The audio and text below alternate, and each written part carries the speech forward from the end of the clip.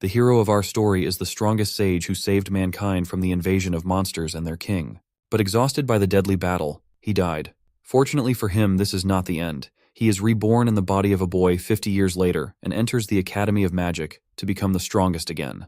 Will he succeed? Let's find out. Atsumu wakes up, shocked to find he's alive despite using all his magic. He questions the situation and doesn't believe he's still alive. Looking at himself in the mirror, he's shocked by his new appearance. A doctor enters the room along with a nurse. She addresses our boy as Kusanagi, and he becomes more confused as he hears the unfamiliar name. The doctor asks him to lay down and tries checking his injuries. He removes the bandages and is surprised to find that the protagonist has been healed completely. He is unable to believe what he's seeing. The doctor remembers he was in horrible condition just the other day after a traffic accident and losing consciousness. He wonders how the boy has already healed so quickly. The doctor thinks it's like being healed by holy magic. Kusanagi is confused to learn about the traffic accident and reveals that his body can automatically heal itself using holy magic powers. He asks the doctors if his magic power has run out, but they don't understand what he's trying to say. He tells them he was in the middle of fighting monsters during the calamity. The doctor and nurse both get shocked by his words. The doctor asks the boy if he still remembers his name and the year it is right now. Ichikami states his name and believes it is still 1970, but the doctor assumes he is experiencing a sequela and calls it a memory impairment issue. The doctor informs the boy that his real name is Kusanagi Minato, and the current year is 2022. Kusanagi becomes confused, and it's hard for him to believe all of this. He looks at the doctor and assumes the guy is telling the truth. He notices a TV and wonders how it is so thin and has such a clean image as well. The protagonist finds a calendar and confirms it really is 2022. He is shocked to see a thin device in the nurse's hands. Our boy becomes confused and starts wondering if he really is in the future. The doctor reveals some information about the calamity our boy mentioned. He remembers it happened 50 years ago, but never happened again since. The protagonist is unable to believe his words and questions what happened to all the monsters. The doctor calls it a peaceful era and reveals that there are barely any monsters now. Kusanagi finds out the world has finally achieved true peace and becomes relieved. He thanks God and starts smiling. The doctor tells him that Ichikami, the person he is talking about, died in the calamity 50 years ago. He is considered a hero who sacrificed his own life to save the world. The doctor doesn't believe Kusanagi is Ichikami Atsumu. Our boy assumes he died 50 years ago and somehow was able to reincarnate into Kusanagi Minato. He does not understand how this happened, and as a week passes by, he finally enters his apartment and checks out Kusanagi's room. He feels sad as he learns about the old Kusanagi's life. His parents passed away when he was just a little kid. He also got kicked out by his new foster parents and was sent to a shitty boarding school. Ever since all this happened, Kusanagi has been surviving using his parents' inheritance. The protagonist has never heard of something known as reincarnation magic. He wonders if the reincarnation he is experiencing is the work of a god. Maybe it all happened randomly. He looks at Kusanagi's Magic Academy card and remembers that back in his days, there was no such thing as a Magic Academy. He finds it interesting. All of a sudden, his phone starts ringing. He wonders what it is and picks up his phone. He sees someone named Tadano calling him, but doesn't understand what he should do. Kusanagi decides to ignore it and throws away his phone. It keeps ringing, and a message pops up. Tadano says he knows our boy got discharged from the hospital and requests Kusanagi to come back to school already as he is running out of money. The next day, our boy attends the Magic Academy, and as he enters the school, he starts looking around. He finds it exciting to be attending school again as an adult. As he is enjoying the moment, he notices a random student use his magic abilities to attack a dummy doll. Kusanagi becomes disappointed to see the scene and wonders why everyone has such weak magic powers. He observes more students and realizes all of them are complete crap. It's hard for him to believe. He remembers even the newbies from his time were 10 times stronger than these pathetic students. He doubts they will ever succeed as magicians, and even though it is a peaceful era, he doesn't understand why magic declined to such an extent. He enters his classroom and finds his chair. He starts feeling excited about his academic life and wonders if he has any friends in the classroom. Suddenly, a red-haired student appears with 2 more kids. He questions why our boy ignored his texts, even though he is just Kusanagi. The protagonist doesn't recognize the guy, so he politely asks his name. Tadano becomes angry and kicks the table as he states his name again. He calls Kusanagi weak and a piece of trash, but our boy doesn't take him seriously. He suddenly remembers it's the guy who was calling him. He assumes Tadano is his friend. Tadano smiles wickedly and pulls out his hand, asking for money. Kusanagi assumes he's a good friend and holds his hand passionately, hoping they can get along well. Tadano becomes angry and grabs him by his collar while demanding money. He tries to scare Kusanagi and believes he has a lot left from his parents' inheritance. Kusanagi finally understands the situation and finds out that his old self was being bullied. Tadano tries to throw a punch to put our boy in his place, but out of nowhere, a blue-haired girl with a beautiful face enters the classroom. She wishes everyone a good morning. Her pretty smile calms down Tadano. He decides to let our boy go but makes it clear that he is expecting money from him later. Kusanagi becomes annoyed, but the bully finally leaves the classroom. The class finally begins, and the teacher starts talking about the Great Calamity, also known as the Final Calamity. 50 years ago, monsters appeared all across the world, and humanity despaired because of them. But the great sage known as Ichikami Atsumu remained determined to save humanity. He never gave up and destroyed all the monsters by himself. He finally confronted the demon god known as the Calamity Boss, the reason behind the whole phenomenon. Ichikami risked his own life to defeat the final boss, and ever since that day, Calamity has never returned. The teacher starts asking the students about the great sage. The blue-haired girl from earlier raises her hand. Her name is Mizuha. The teacher gives her permission to answer the question. She says Ichikami is the great sage and the first ever magician who survived the first calamity. He is also behind the reason their academy was built. Her eyes start sparkling with excitement as she shares that Ichikami is the hero of humanity, the idol of every magician across the world. The teacher confirms she is correct and teaches the class about the great sage who survived the first calamity and was the first to learn how to use magic. The academy was created to make more magicians just like him. He is the strongest magician in human history. The teacher advises them to learn about him and prepare for the upcoming test. The protagonist starts feeling embarrassed as he hears everyone praising Ichikami. He was not expecting such torture and starts regretting joining the academy. He remembers what the doctor said and assumes everyone has weak magic because now the world is at peace. He looks outside his window and starts smiling as he enjoys his new peaceful life. The teacher finally ends the class and hopes everyone is prepared for the magic power assessment exam tomorrow. Tadano approaches the protagonist again and asks if he heard what the teacher said. He is excited and believes it's going to be fun seeing Kusanagi's dogshit magic abilities. Our boy wonders why the bully isn't shutting up. He decides to leave the classroom, and as he walks away, Tadano points out that even his parents had no magic abilities. The bully calls him an orphan and starts laughing at him. The protagonist finally starts talking back. Tadano becomes angry as he hears Kusanagi insulting him. His patience runs out, and he starts activating some kind of fire magic. The classmates become shocked and try to stop him. One of them wonders if he is really going to use such a spell inside the classroom. Tadano fires the magic spell towards our boy, hoping he dies. The blue-haired girl moves forward to stop him, but she ends up being too late. As he sees the fire blast coming towards him, the protagonist stands completely unfazed. The magic attack hits him hard, and all the students step back. Mizuha calls it stupid and warns him not to use magic in such a meaningless fight, not wanting anyone hurt. Tadano defends himself, blaming Kusanagi and refusing to accept his fault. The students grow concerned about our boy, but as the smoke clears, Kusanagi comes out unscathed. The students are surprised, and he admits he got caught off guard. Tadano, scared, questions why Kusanagi is still standing despite taking the magic attack head-on. Our boy can easily defend against level 1 magic with his barrier without using powers. He tolerated the insults because Tadano is just a child, but now believes he must be punished. With a cold expression, he moves toward the bully. Tadano sweats anxiously, and Kusanagi unleashes his magic. The students freeze, unable to move, all questioning what's happening. Mizuha wonders what's going on. Kusanagi walks toward Tadano, moving his hand forward. Tadano nearly shits himself, but the teacher intervenes, entering the classroom and asking about the sound. He questions if anyone is using magic inside. Kusanagi assures him there's nothing going on inside, believing the magic came from outside. The teacher remembers no magic activity today, but our boy says someone outside their department might be practicing.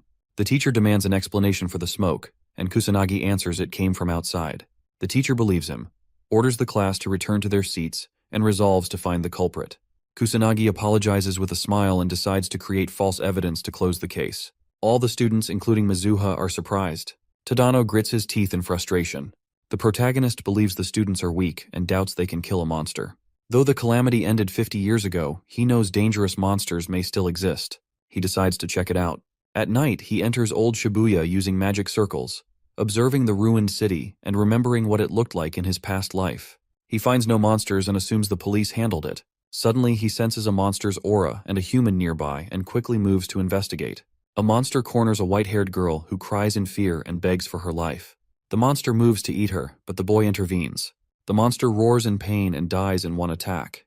The protagonist notices a police badge on her clothes. Assuming she's from the magician police, he advises her to be more careful next time. She thanks him, but he summons circles and leaves. She wonders who he was, thinking he's a great magician but questioning how he defeated the monster without chanting. Kusanagi feels glad his face is hidden, not wanting attention since he's newly reincarnated. He's surprised to see a police magician almost die to a weak monster and assumes even the police are weaker now. He doubts people from this era can defeat monsters. The whole new generation, including students and police, is much weaker than before. He smiles, realizing humanity needs his powers again. He starts moving, deciding to defeat all the monsters in the area. The next day, at the academy, the teacher asks everyone to get ready for the magic power test.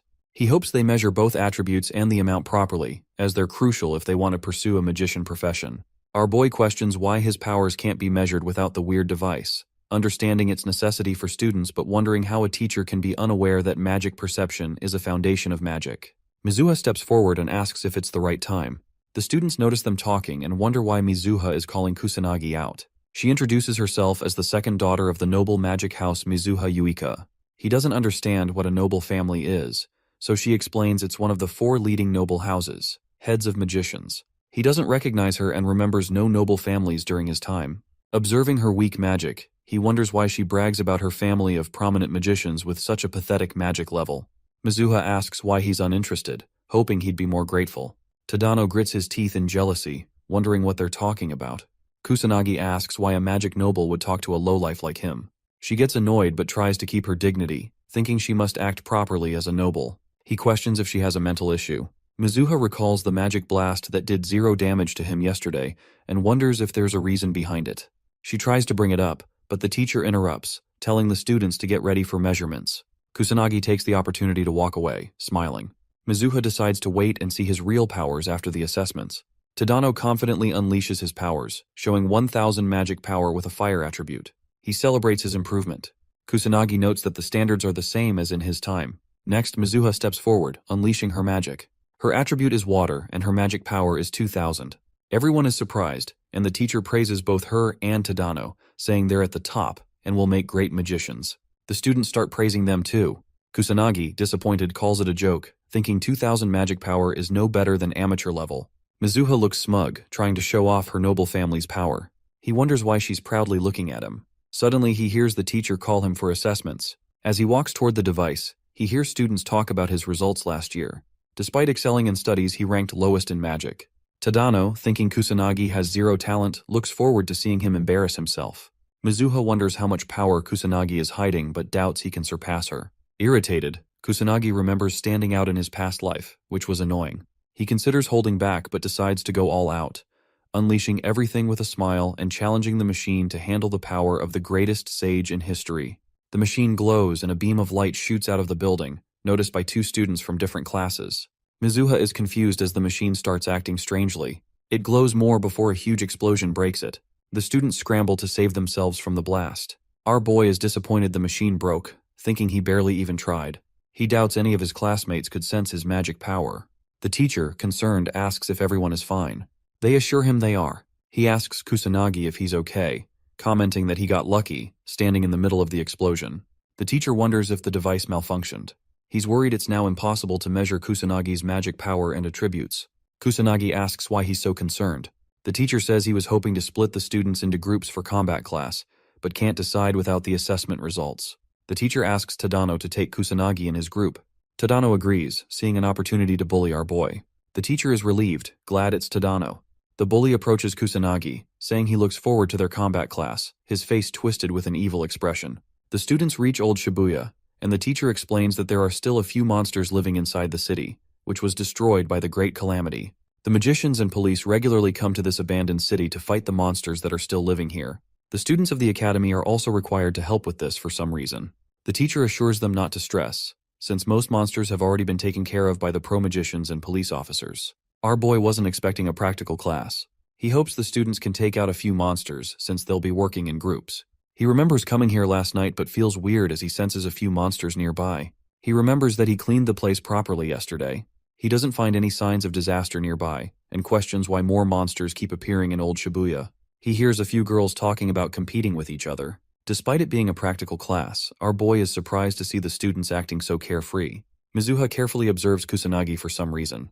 The teacher starts the practical class and hopes everyone can work with each other well. Tadano notices the protagonist and calls him. He approaches our boy with his group and advises him to stay where he is and avoid getting in their way. Tadano makes it clear he won't go easy this time if Kusanagi gets carried away like before. The protagonist doesn't understand why they don't just ignore him if they hate him so much. Tadano becomes angry and orders him not to talk back. He doesn't understand why Mizuha still talks to Kusanagi even though he's totally trash. Our boy is astonished to hear this and finds out that Tadano has feelings for Mizuha. Tadano becomes enraged. The protagonist notices something, and the bullies try to attack him with their magic powers. But he warns them to stop. Tadano makes it clear that his apology won't work this time. Kusanagi asks him to look behind, but Tadano believes he's trying to play some kind of stupid trick to save himself. Tadano looks behind, and the whole group of bullies finds a tall monster standing behind them. They all start sweating anxiously and question why there's a demon soldier in this abandoned city. The other bullies hype up Tadano and believe he can defeat it. He assures them he will win, though with an anxious expression on his face. He moves forward and attacks it with his fire magic. An explosion occurs as it hits the monster. Tadano and his friends become relieved, but as the smoke clears, the monster stands unscathed in front of them. Tadano sees no scratch on it and becomes terrified. Our boy reveals that his pathetic level 1 magic won't do anything to a demon soldier. As the monster moves forward, the whole group gets terrified. They all fall to their knees and start shivering. Tadano's eyes get teary, and he wonders if his life ends here. He pathetically pisses his pants as well, but just as he is about to be killed, the demon soldier notices our boy's power. It becomes scared and takes a step back. Kusanagi moves forward and is surprised that the monster was able to sense which one of them is the strongest. He faces the demon soldier himself and unleashes his power. The monster starts going all out as well and summons multiple magic circles. Tadano and his group doubt the protagonist can defeat it. They all accept their death. The monster pulls out some level 2 magic called Rock Break. A huge rock is about to hit our boy, but he stands unfazed and smiles. He pulls out a level 1 magic called Fire Arrow and throws it toward the demon soldier. His fire arrow completely destroys the rock thrown by the monster. It hits the demon soldier as well, and a huge explosion occurs. Tadano and his gang partners open their eyes. They're shocked to see the monster died. Tadano questions what's happening and wonders if Kusanagi is behind all of this. He doesn't believe it, and thinks it's impossible for someone like Kusanagi, but our boy lets him know that if he is the one using it, even level 1 magic is enough to defeat the demon soldier. He finds it strange to see such monsters appearing in Shibuya, even though he just cleaned the whole place and defeated all the monsters in this area yesterday. He thinks maybe it's some kind of bad omen before a big disaster. The protagonist wonders if he should take the whole situation seriously. Suddenly, he gets flashbacks of the destruction he saw in his previous life. He had to watch many people, including his loved ones, die in front of him. He becomes a bit sad and squeezes his fist.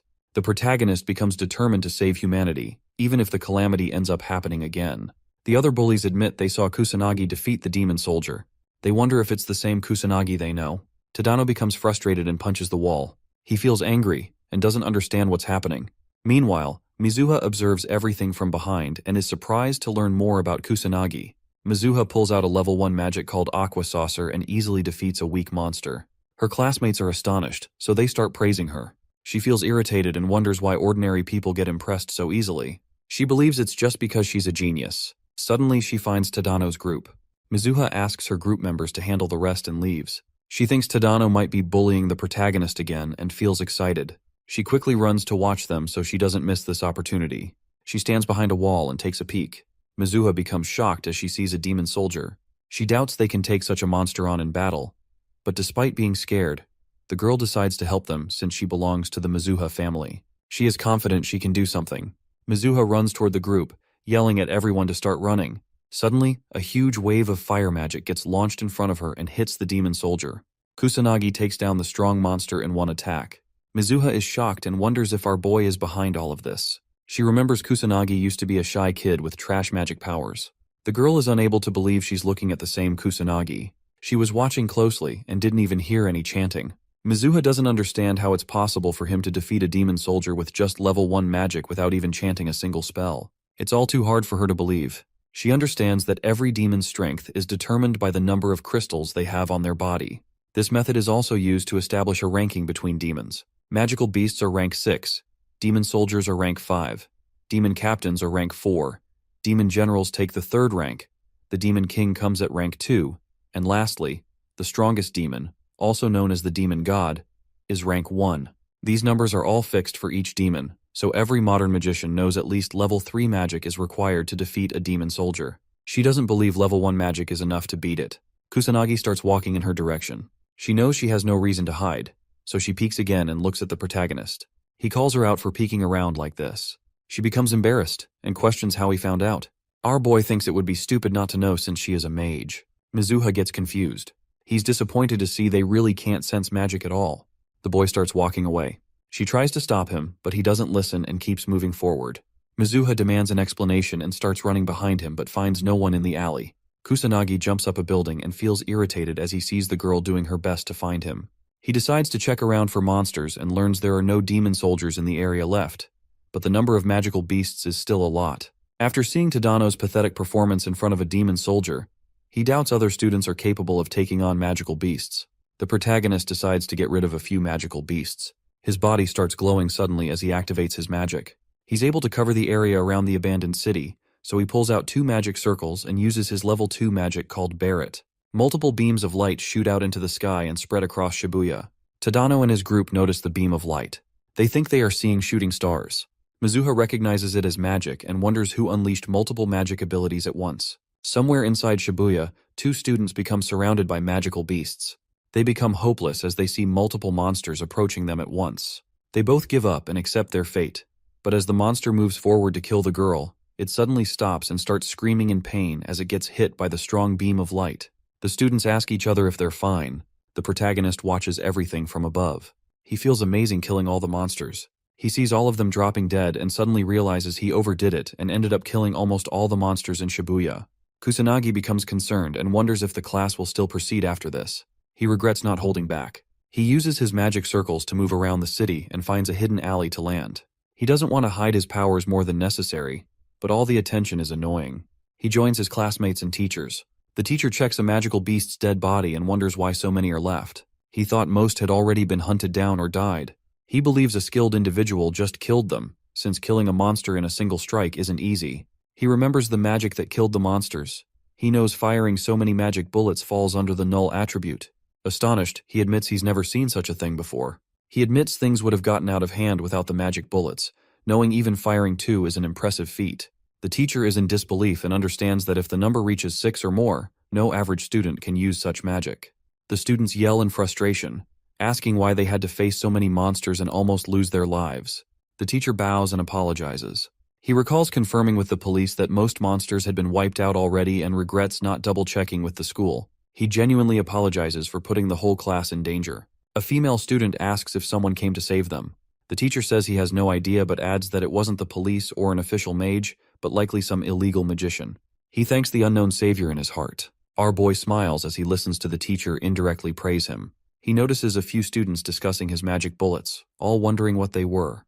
Kusanagi is relieved to see everyone is okay, even his bullies. Tadano grits his teeth in frustration. The whole group of bullies stares at the protagonist. Mizuha remembers seeing Kusanagi defeat a demon soldier alone with just level 1 magic, followed by some kind of infinite magic. She wonders if Kusanagi is behind both. Fire and null are different attributes, and she doubts any student can have both, even Kusanagi. She calms down, thinking it's impossible for him to have 2 attributes and assumes someone else is behind the null attribute. She still doesn't understand how Kusanagi defeated the demon soldier alone. Tadano's group suggests he might also be behind the laser beams. Tadano calls it impossible, but his friend reminds him that Kusanagi defeated the demon soldier too. Tadano becomes angry and warns his friend to shut up or he'll die. His friends become terrified. Tadano makes it clear he'll never believe someone like Kusanagi is capable of such feats. He thinks Kusanagi is hiding something. His lackeys agree and remember how much of a coward Kusanagi is. Tadano screams in rage, saying he'll prove Kusanagi is cheating. He's determined to push Kusanagi into a corner and force him to reveal his true identity. After school, Kusanagi walks out and gets surrounded by a huge gang of bullies. Tadano steps forward and says he's been waiting patiently. The protagonist feels irritated and advises them to put that persistence into learning magic instead. Tadano believes he has no right to say such things since he cheats too. Kusanagi is confused by the accusation of cheating, but Tadano insists he's definitely hiding cheap tricks. Tired of their nonsense, Kusanagi realizes there's no point reasoning with them. Tadano orders him to follow. He praises Kusanagi for not running away. Kusanagi clarifies there's no reason to. Tadano doesn't believe him and attacks, throwing a punch, knowing Kusanagi won't use magic in a public park. The punch hits his face, but he remains unfazed. The bullies gang up on him, attacking, but he remains patient and doesn't fight back. Tadano asks what's wrong, assuming Kusanagi can't do anything without his magic. He continues attacking, making it clear he won't stop and will kill Kusanagi even if he begs. The protagonist feels disappointed. Their attacks don't even scratch him. His magical powers automatically defend him from any physical attack. Annoyed, he decides to act hurt to satisfy Tadano. Suddenly, someone appears behind and questions why they're attacking Kusanagi. Tadano looks back and sees it's Mizuha. The bully becomes embarrassed and tries to clarify. He tells Mizuha they're just playing around. She doesn't fall for his bullshit and calls him out for bullying Kusanagi. She is disappointed to see her classmates acting this way and wonders if they don't feel ashamed because of their actions. Tadano feels weird but blames all of it on Kusanagi. He thinks Mizuha hates him now, all because of him. She grabs the protagonist's hand and starts dragging him out of this whole mess. Tadano notices her grab Kusanagi's hand. He feels jealous and gets fed up. Tadano stops holding back and loses his patience. He tries to throw a magic attack towards our boy. Kusanagi becomes annoyed. Tadano gets ready to end his life, and his lackeys activate their magic as well. Mizuha questions why they're acting this way. The whole group throws a fire attack towards the protagonist. Mizuha knows how dangerous it is, so she tries to save Kusanagi, but she is unable to make it in time. He takes all the attacks head-on. Tadano laughs confidently, as he believes no trashy tricks will help Kusanagi save himself from this much power. His lackeys get concerned and wonder if he died. Tadano calls them stupid for worrying so much. He makes up a story that they just used magic outside of school, and it ended up getting out of control. Kusanagi just got caught in the whole mess, and that's the reason he got hurt. The lackeys believe they took it too far. As the smoke clears, Kusanagi says he was trying to be patient since they're nothing more than brats to him, but their stupidity can't be cured unless they get punished. He gets ready to teach them all a lesson. Tadano is surprised to find him alive even though they threw such powerful magic spells at him. Kusanagi becomes serious and tells them they shouldn't have dragged Mizuha into their fight. He wonders how rotten they are for acting this way. Tadano screams and blames both of them for this mess. He thinks they should regret making a fool out of him, so he pulls out another magic circle and announces they will all keep attacking till Kusanagi finally drops dead. Our boy pulls out a tiny magic circle. The bullies laugh at him and call it crappy. They assume he's bluffing, and all of them attack at once with everything they have, hoping Kusanagi finally dies. The protagonist uses magic drain. Weird green tentacles come out of the small circle and grab the whole gang. They all become terrified and try to free themselves but fail miserably. Their strength gets sucked out, and the bullies start falling unconscious. Tadano and his lackeys stop moving. Kusanagi is disappointed. He was expecting them to last a little longer than this. He hopes the bullies reflect after this and get their shit together. Mizuha becomes confused. She wonders if she saw magic just now. She is surprised to see the whole gang got knocked unconscious but doesn't understand how it happened. Kusanagi gets up and tries to leave, but Mizuha stops him and asks what happened. She asks about the magic as well and remembers he couldn't even cast a weak spell just a few days ago. She questions who he is. The protagonist becomes annoyed by her behavior and questions her. He advises her to do something else instead of asking so many weird questions. Mizuha starts blushing. She shows her gratitude and thanks him for saving her. The girl requests him to now answer her questions, but she doesn't find him anywhere. She becomes embarrassed and questions why he left her again. At night, Kusanagi enters Old Shibuya again and uses his magic circles to move around. He had a bad feeling during the daytime, so he decided to come and check what's happening. He finds more monsters in the area, even though he killed all of them during the daytime. He believes it might be some kind of bad omen. The protagonist is confident he can handle it all alone if the monsters are only appearing in Old Shibuya, but he's able to sense more in other places. He thinks it might be too much for the police, and there's barely any good magicians as well, but he doubts he can defeat monsters all across the country alone. He doesn't know what to do, so he decides to form a plan first. He thinks of starting by wiping out all the monsters in Old Shibuya first, while avoiding any kind of attention. He uses his magic bullets again and kills multiple monsters at once. A drunk guy enters a dangerous place without realizing it. Suddenly, a monster appears behind him, but it gets taken care of by the protagonist instantly.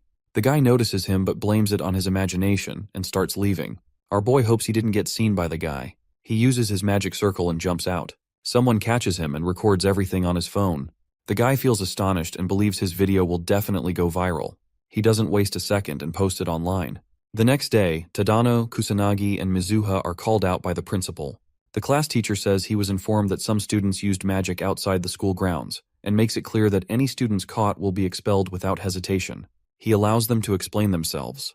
Tadano points to the protagonist and tries blaming everything on him, claiming our boy came looking for a fight. Kusanagi feels impressed by how easily Tadano lies and realizes he has no other choice but to speak up and defend himself, even though it's very annoying.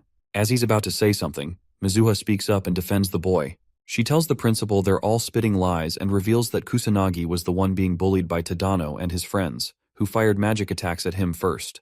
The teacher listens carefully and finds out our boy used magic too. She calls it self-defense and thinks it's not his fault since he had no other choice. Kusanagi is surprised by her. Tadano tries to tell the teacher they're innocent too, but Mizuha shuts him up and calls him out for his actions. She calls him a bad person for bullying Kusanagi and then blaming everything on him when faced with consequences. She doesn't understand how he's not ashamed of himself. Tadano calls the protagonist trash and says he doesn't deserve to be in this school, justifying his actions by saying he was just trying to clean up the trash. Mizuha makes it clear that he's the trash and not worthy of the academy. Tadano, still arrogant, says he's at the top of the class and the only one worthy of standing beside her. Kusanagi doesn't deserve it. She doesn't understand what he's talking about. Tadano warns her not to cover for Kusanagi and to open her eyes, advising her to become his woman. She's disgusted and tells him there's no chance she would ever choose trash like him.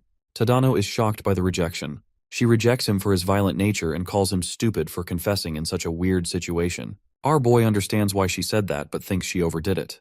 Tadano falls unconscious after hearing the rejection. Since he and his friends are the bad ones here and Kusanagi was just protecting himself against their magic attacks, the principal makes it clear he doesn't need students who selfishly use magic and hurt others. He expels Tadano and his group.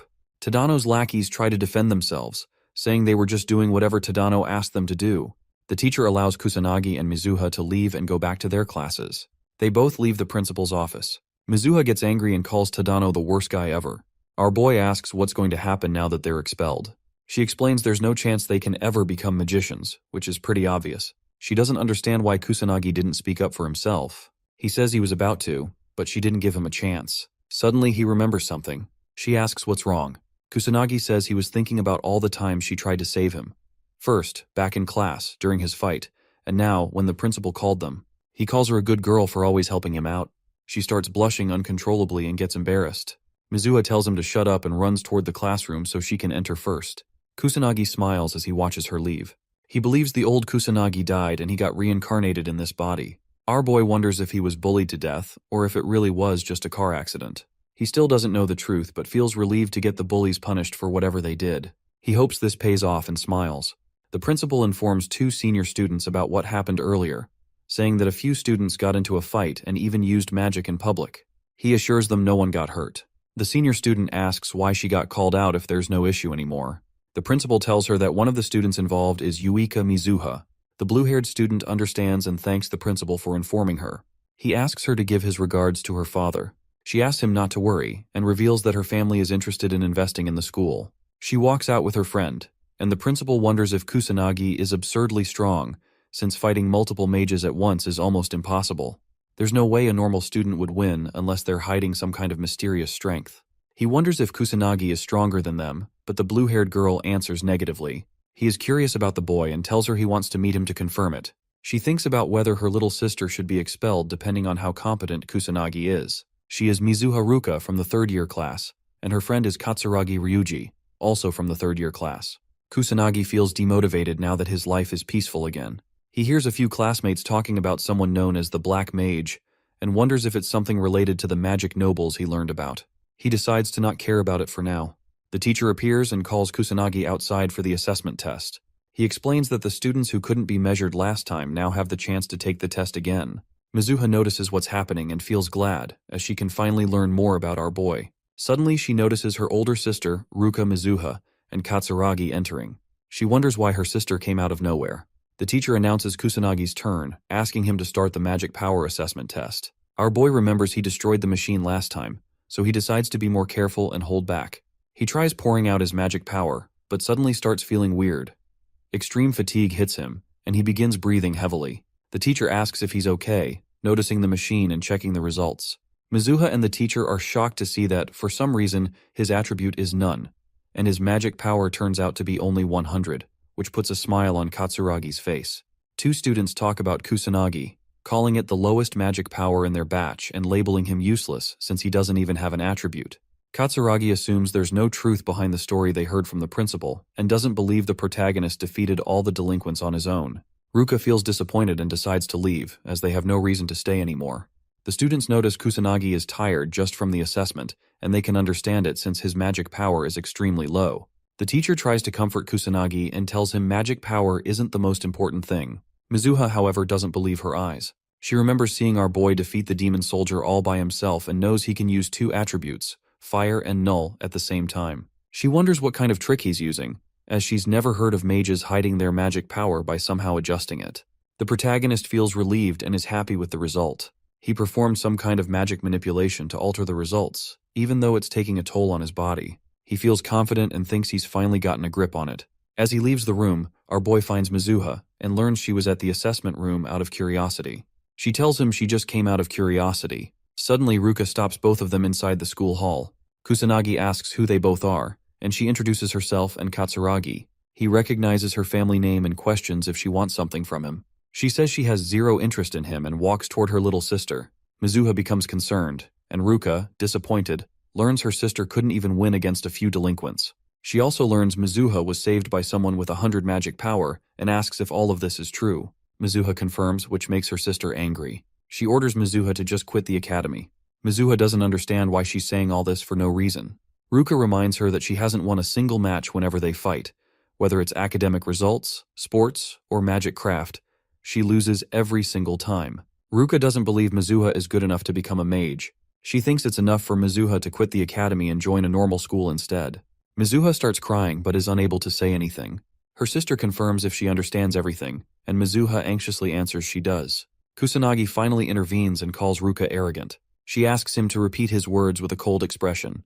He points out how she's been talking nonsense without stopping, not even caring to listen to what her little sister has to say. It's clear to him that she's filled with arrogance. She makes it clear it's a conversation between two family members, so he has no right to budge in. He's surprised to hear her calling it a conversation when all he hears is her ordering around her little sister without giving her a chance to talk. She becomes angry, but our boy continues, believing even she doesn't have the right to talk someone out of their way of living. He calls her out and tells her she's horrible for forcing her little sister to give up on what she wants to become.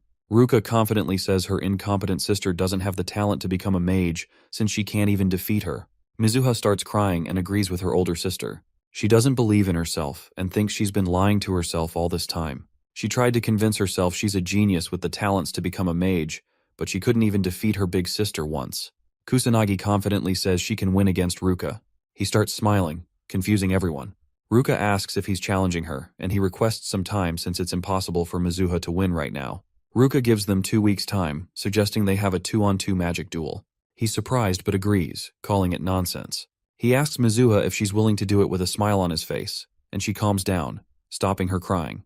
Mizuha becomes determined and agrees to participate in the challenge. Once it's decided, Kusanagi asks them never to bring up this matter again if he wins. Ruka bets her sister will need to leave the academy if she and Katsuragi win the fight. She warns them and makes it clear she's not planning to hold back, so they need to properly prepare and face the truth. After a while, Mizuha and Kusanagi go to the rooftop.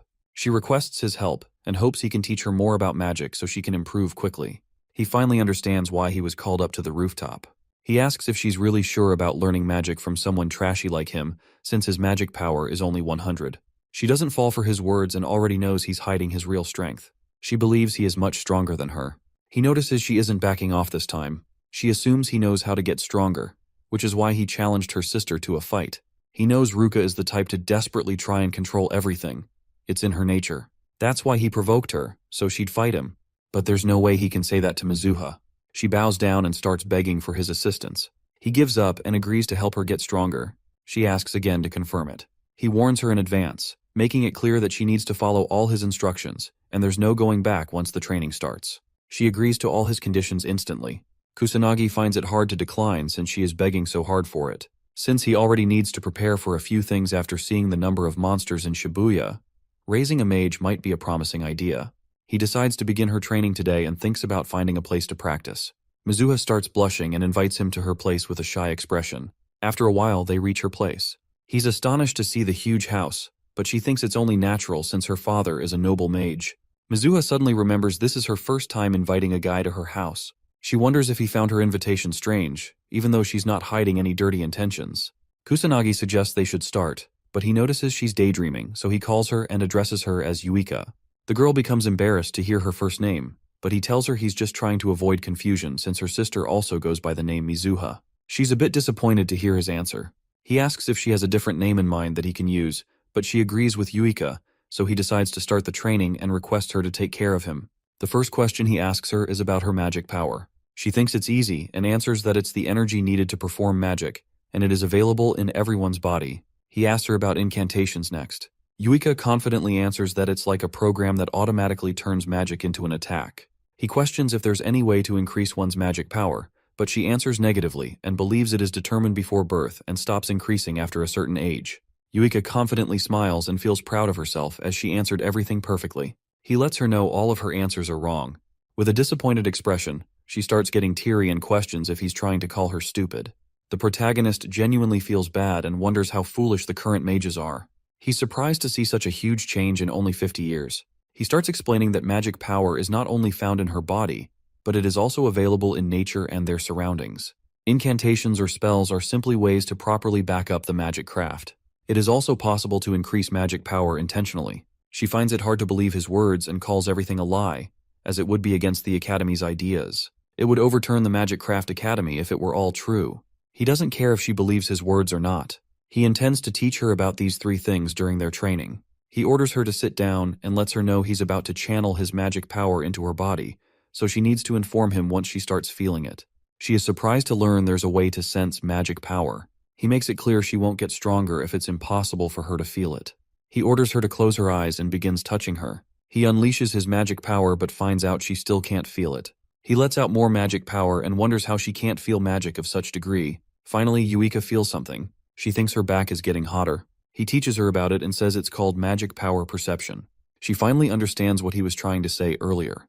He orders her to always remember the sensation since it's important for her to feel it first in order to detect magic power. He explains it is also available in nature, so she needs to find it as her first goal and get used to feeling magic power. She smiles confidently and assures him she's going to master it in no time since she is the noble daughter of the Mizuha family. Our boy doubts she can fulfill her promise since she couldn't even sense it when he poured so much magic power into her back. He accepts the fact that she might not be suited to become a mage. A week passes, and Yuika starts crying and tells our boy she's still not capable of sensing magic. She's a huge letdown and disappoints the protagonist. He's surprised that a whole week wasn't enough for her to learn such a simple thing, even though she practiced so hard.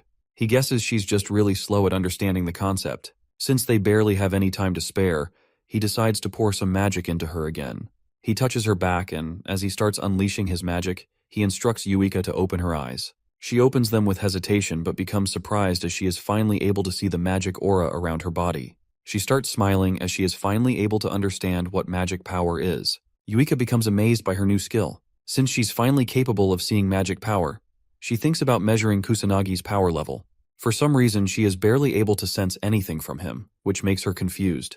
He praises her for all her efforts, but she calls it natural since she is a genius. Now that she can finally use magic perception, he lets her know they're about to work on adjusting her magic power next. He explains the whole process of how to use the appropriate amount of magic power for any magic craft.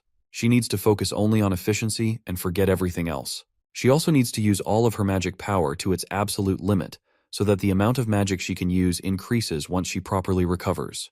He believes she can easily follow all his instructions now that she can sense magic clearly. He is aware that what he's trying to teach her is completely different from the basics of the Magic Academy, but he doesn't care if she believes in his words.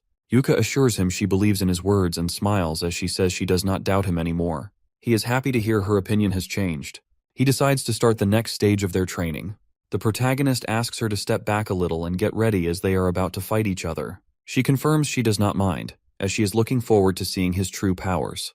Yuika uses the first level of aqua sorcery and throws multiple water attacks, but our boy blocks all of them effortlessly, which surprises the girl. She does not understand how he blocked them. He used the first level magic barrier using non-attribute magic. He makes it clear. If she can't even destroy such a weak barrier, there is no hope she's going to win against her sister. She becomes desperate and starts throwing ice bullets. He explains she needs to keep moving even while throwing attacks because stopping her movements will surely make her lose if she is facing a capable mage. She becomes frustrated and throws more attacks but finally gets tired and gives up. He explains it's wrong to use so much magic power without efficiency. If she is able to adjust the magic power she puts behind a spell, then she will finally be able to throw attacks without incantations.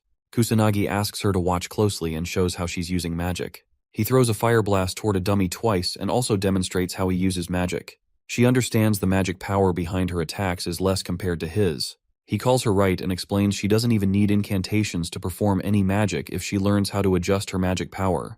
She finally understands there is no reason to chant while performing a spell. He confirms it and explains her first step will be to learn how to shorten her incantations somehow. Once she learns how to adjust the magic, she has no reason to use incantations. He believes it will be useful if she is able to shorten her incantations, so she won't have to waste any effort or magic power on incantations. This way, her magic craft will definitely become stronger. He orders her to get up and fight him again. She thinks it is too soon, but he calls it meaningless otherwise and, with a cold expression, orders her to train like her life depends on it. She becomes terrified after hearing this and falls down. He asks if she's fine and makes it clear they're going to do this daily from now on. He notices she isn't even hearing his words.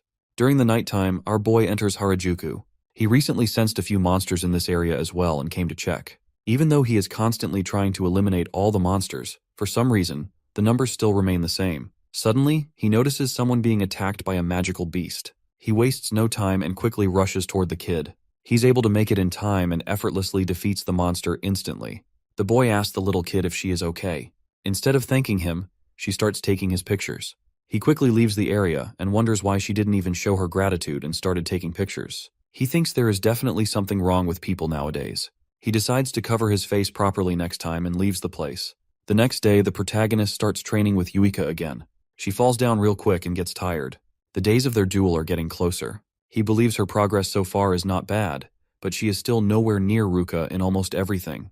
There's no chance she will succeed if she keeps this pace until the duel. He assures her and says it's fine if she wants to give up now. She gets up and tells him she has been compared to her sister her entire life. She has been forced to just give up multiple times now since she always fails to beat her sister. But she's determined to keep continuing with magic craft and never give up on it. He makes it clear she won't ever succeed like this, but she tells him to be stricter instead. He agrees to it and decides not to hold back. She is happy to hear this and gets ready to fight. They both continue to train with each other, and he teaches the girl many things. As the sun is about to set, Yuika falls unconscious after the extreme training session, and Kusanagi ends up carrying her back. After a couple of days of training together, he finally tells Yuika she is ready to fight her sister. She falls on the ground in relief. Kusanagi praises her for the hard work and efforts. She starts smiling as she hears his words. On the day of their challenge, our boy asks her if she's ready to fight them. She answers positively, and as they're about to enter the academy, they both notice a huge crowd of people. A few news reporters surround them and confirm if they're really seeing Mizuha Yuika of the noble family. They request a few words regarding the magic duel and question if she is having a fight with her sister. Kusanagi becomes confused. She explains her family is huge, and since she's about to fight her sister, it's normal for the press to act like this. He is surprised to learn people care so much about two students fighting. He guesses it is because the Mizuha family is very important. They all reach the training ground, which is surrounded by a huge audience. He thinks it is a bit too much, but she explains it is rare for students to have duels, so it's more like an event than a challenge. He's a bit surprised to learn all this. Both of them get called to the stage. Yuika gets ready, but all of a sudden her body starts shaking. He assures her and tells her to just focus on working hard. She calms down and smiles. Yuika becomes determined and moves forward towards the stage without hesitation. He calls our boy a mysterious person and admits his words really reach her heart. Yuika and Ruka finally come face to face. Ruka is surprised to see her little sister didn't just run away. Yuika confidently confirms it. Ruka calls her rude for believing she can really defeat someone like her older sister, but Yuika makes it clear she is definitely going to succeed. Ruka decides to give her a chance and thinks she has definitely changed a lot in the past 2 weeks. Yuika is aware her older sister is strong. She realizes the difference between their magic power is extremely huge, but she believes in herself and knows she will definitely win. The beginning of the duel gets announced, and both participants get permission to start. Yuika wastes no time and pulls out her magic circle. She tries shortening her chance as well. Ruka begins attacking. Kusanagi observes the match and understands that moving around while shooting magic spells is the basics of a battle. He assumes Ruka is aware of the basics of the battle between two mages at least. In comparison to her, Yuika got so nervous she completely forgot about the basics and didn't move during the battle. She doesn't have the advantage anymore, even if she reduces her chanting time. Ruka and Yuika attack each other with first-level water magic. Yuika is able to stand her ground against her older sister's attack. She's surprised by her capabilities and believes she has gotten stronger. Ruka admits she has improved her strength in just 2 weeks. Yuika is happy to hear her older sister praising her. Ruka humbles her and tells her to stop giggling as it was just a comparison. She's not getting praised. Ruka increases the level of her magic and throws a stronger attack this time. She uses second-level Water Blitz. Yuika is unable to handle it. She gets knocked down and falls beside the protagonist. He looks at her and knows she's good at enchanting now, which increased her chances of winning. But her older sister is simply too strong for her. Ruka calls him a cruel guy for not even helping her get up, even though he was protecting her before. He tells her there's no need to help her. Ruka doesn't understand what he's trying to say. Suddenly, Yuika actually gets up and shocks her sister. Ruka doesn't understand how she's still standing, even though she got hit by level 2 Blitz. Yuika makes it clear she's definitely going to win this match. Yuika has nothing else besides magic craft going on in her life. Even if she ends up losing everything, magic craft is one thing she is never going to give up on. Yuika begins attacking again. Ruka starts attacking as well. She tries her best to stand against her older sister, determined to not give up, but she ends up falling down after overusing her magic power. The announcer tells everyone contestant Yuika used up all her magic power, so Ruka is the victor of this contest. Yuika tries to get up so she can do something to win, but fails. Kusanagi calls it a battle of magic usage based on magical adjustment. He believes his friend lost in terms of the amount of magic power. Ruka asks if he understands now. She calls her little sister talentless and knows our boy probably thought about this too. He confirms she's completely talentless and very clumsy. She made such slow progress, and she is unable to properly perform whenever she is involved in a real fight. But he tells Ruka she is a real hard worker, and she persistently practiced daily like an idiot. Ruka is still disappointed by the results, but he tells her he loves hardworking people who don't give up, just like Yuika. The girl starts sobbing hearing his words. He tells everyone Yuika is his disciple, and he doesn't like it when anyone speaks badly about her so casually. Yuika starts weeping uncontrollably. Ruka calls him arrogant, and wonders why he's talking so much for someone with 100 magic power. He makes it clear for her. He will defeat her with his 100 magic power. She thinks he's just good at talking nonsense, but decides to agree. Ruka tells him his opponent is someone else, and Katsuragi appears, excited that it's his turn next. Ruka advises him to end it quickly, and he assures her there's no need to tell him twice. Katsuragi carries Yuika out and tells her to rest, ordering her to watch closely during the battle so she can learn something. She understands his words, suddenly realizing the pain in her body has disappeared, and there are no wounds on her arms either. As he enters the stage, our boy admits he can't win with just 100 magic power, even though he said otherwise earlier. He knows he'll need 100% focus to win. The protagonist decides to keep his magic power at 100, using a non-attribute attack without incantations. He's not setting up a magic barrier this time, so he knows he might die if hit directly. He feels excited, calling the situation thrilling. Katsuragi gets ready, apologizing that he's not planning on holding back. Our boy lets him know he's the one who needs to hold back. The audience cheers for Katsuragi, hoping he doesn't go all out, or the challenger might get badly injured.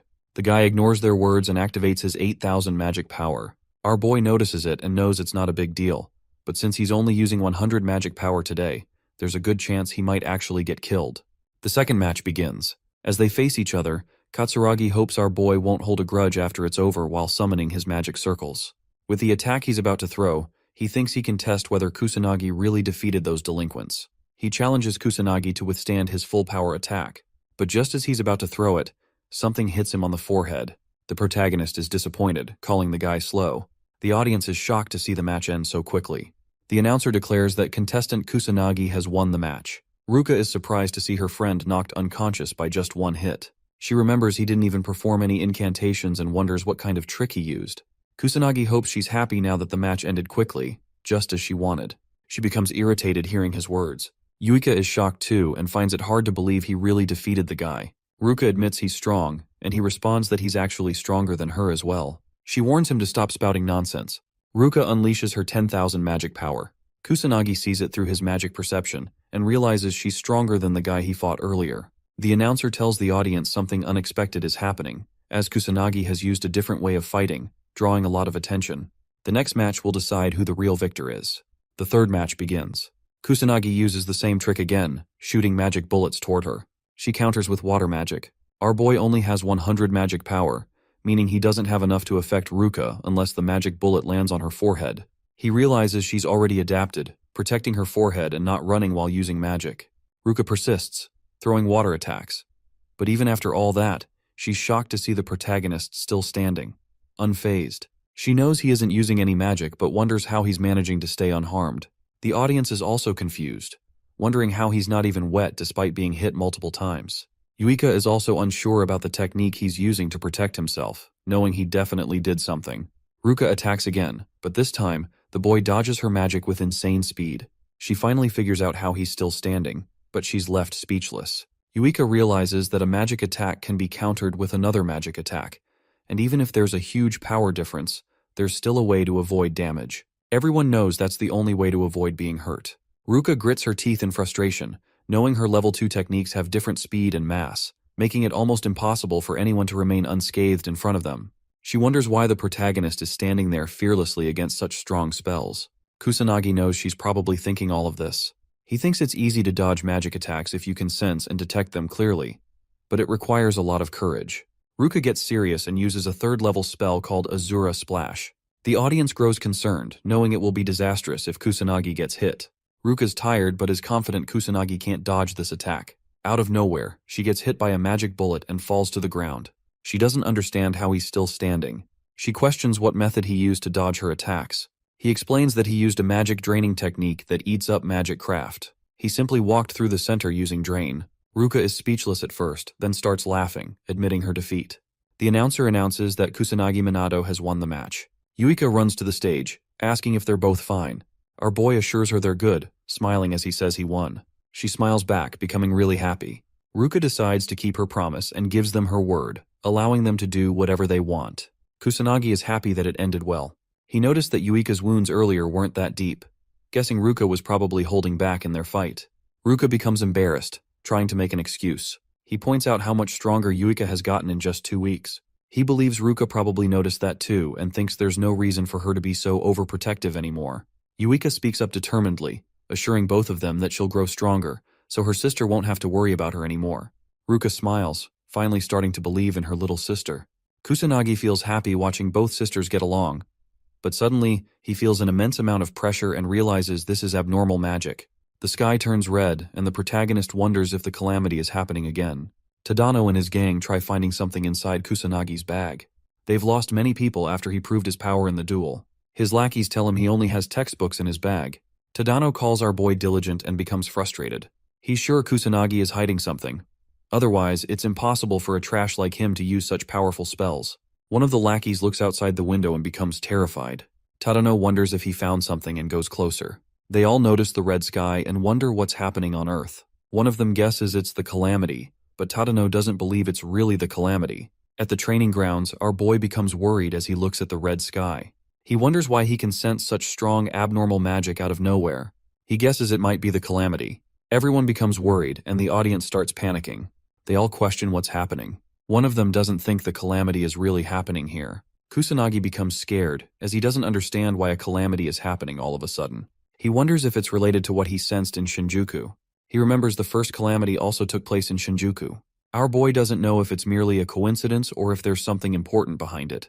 The portals open, and magical beasts start pouring out.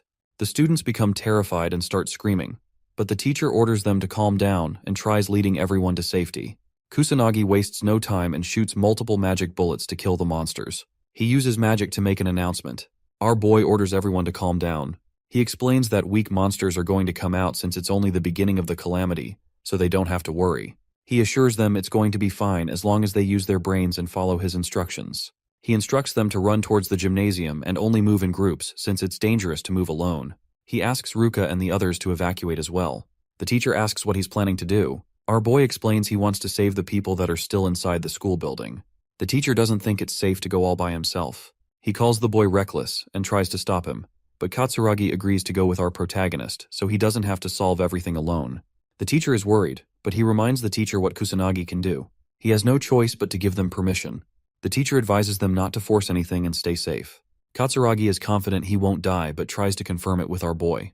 Kusanagi shrugs it off and informs Yuika he's going to leave now. She looks concerned for him and advises him to stay safe.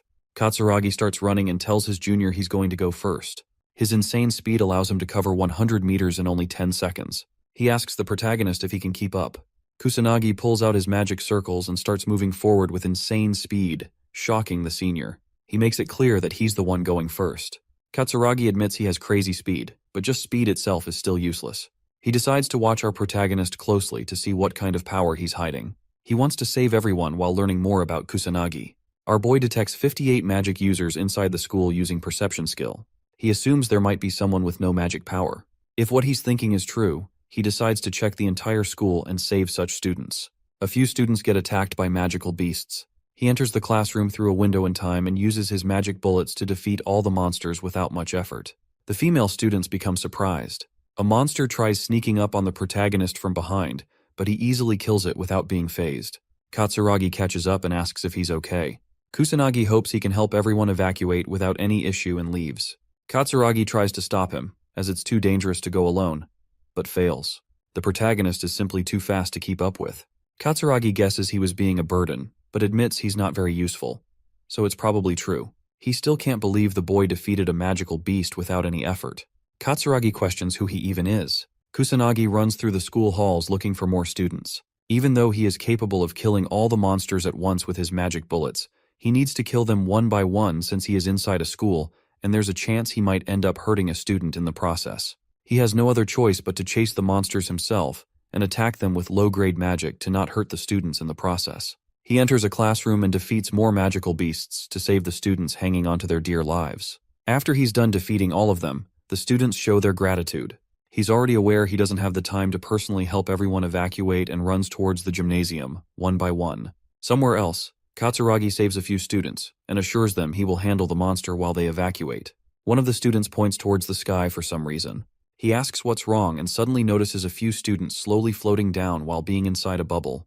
He wonders what the protagonist is trying to do and questions who he even is. Our boy sent the students towards Katsuragi through magic bubbles because he believes the guy is good at taking care of others, so it's fine. He suddenly senses something. A female student starts shaking in fear as she gets cornered by a huge monster. She starts crying and yells out as hard as she can to get help. A huge magic bullet destroys the beast instantly. She remembers it as the same one she saw before when she was saved the last time. Kusanagi appears and asks if she is injured. She finds out he is the one who saved her twice. Kusanagi reveals she is right. She then asks if he was also behind what happened during the practice class. The girl believes this is his second time saving her. Our boy confirms that what she is saying really did happen. The girl starts crying out of relief as she finally gets the chance to show her gratitude.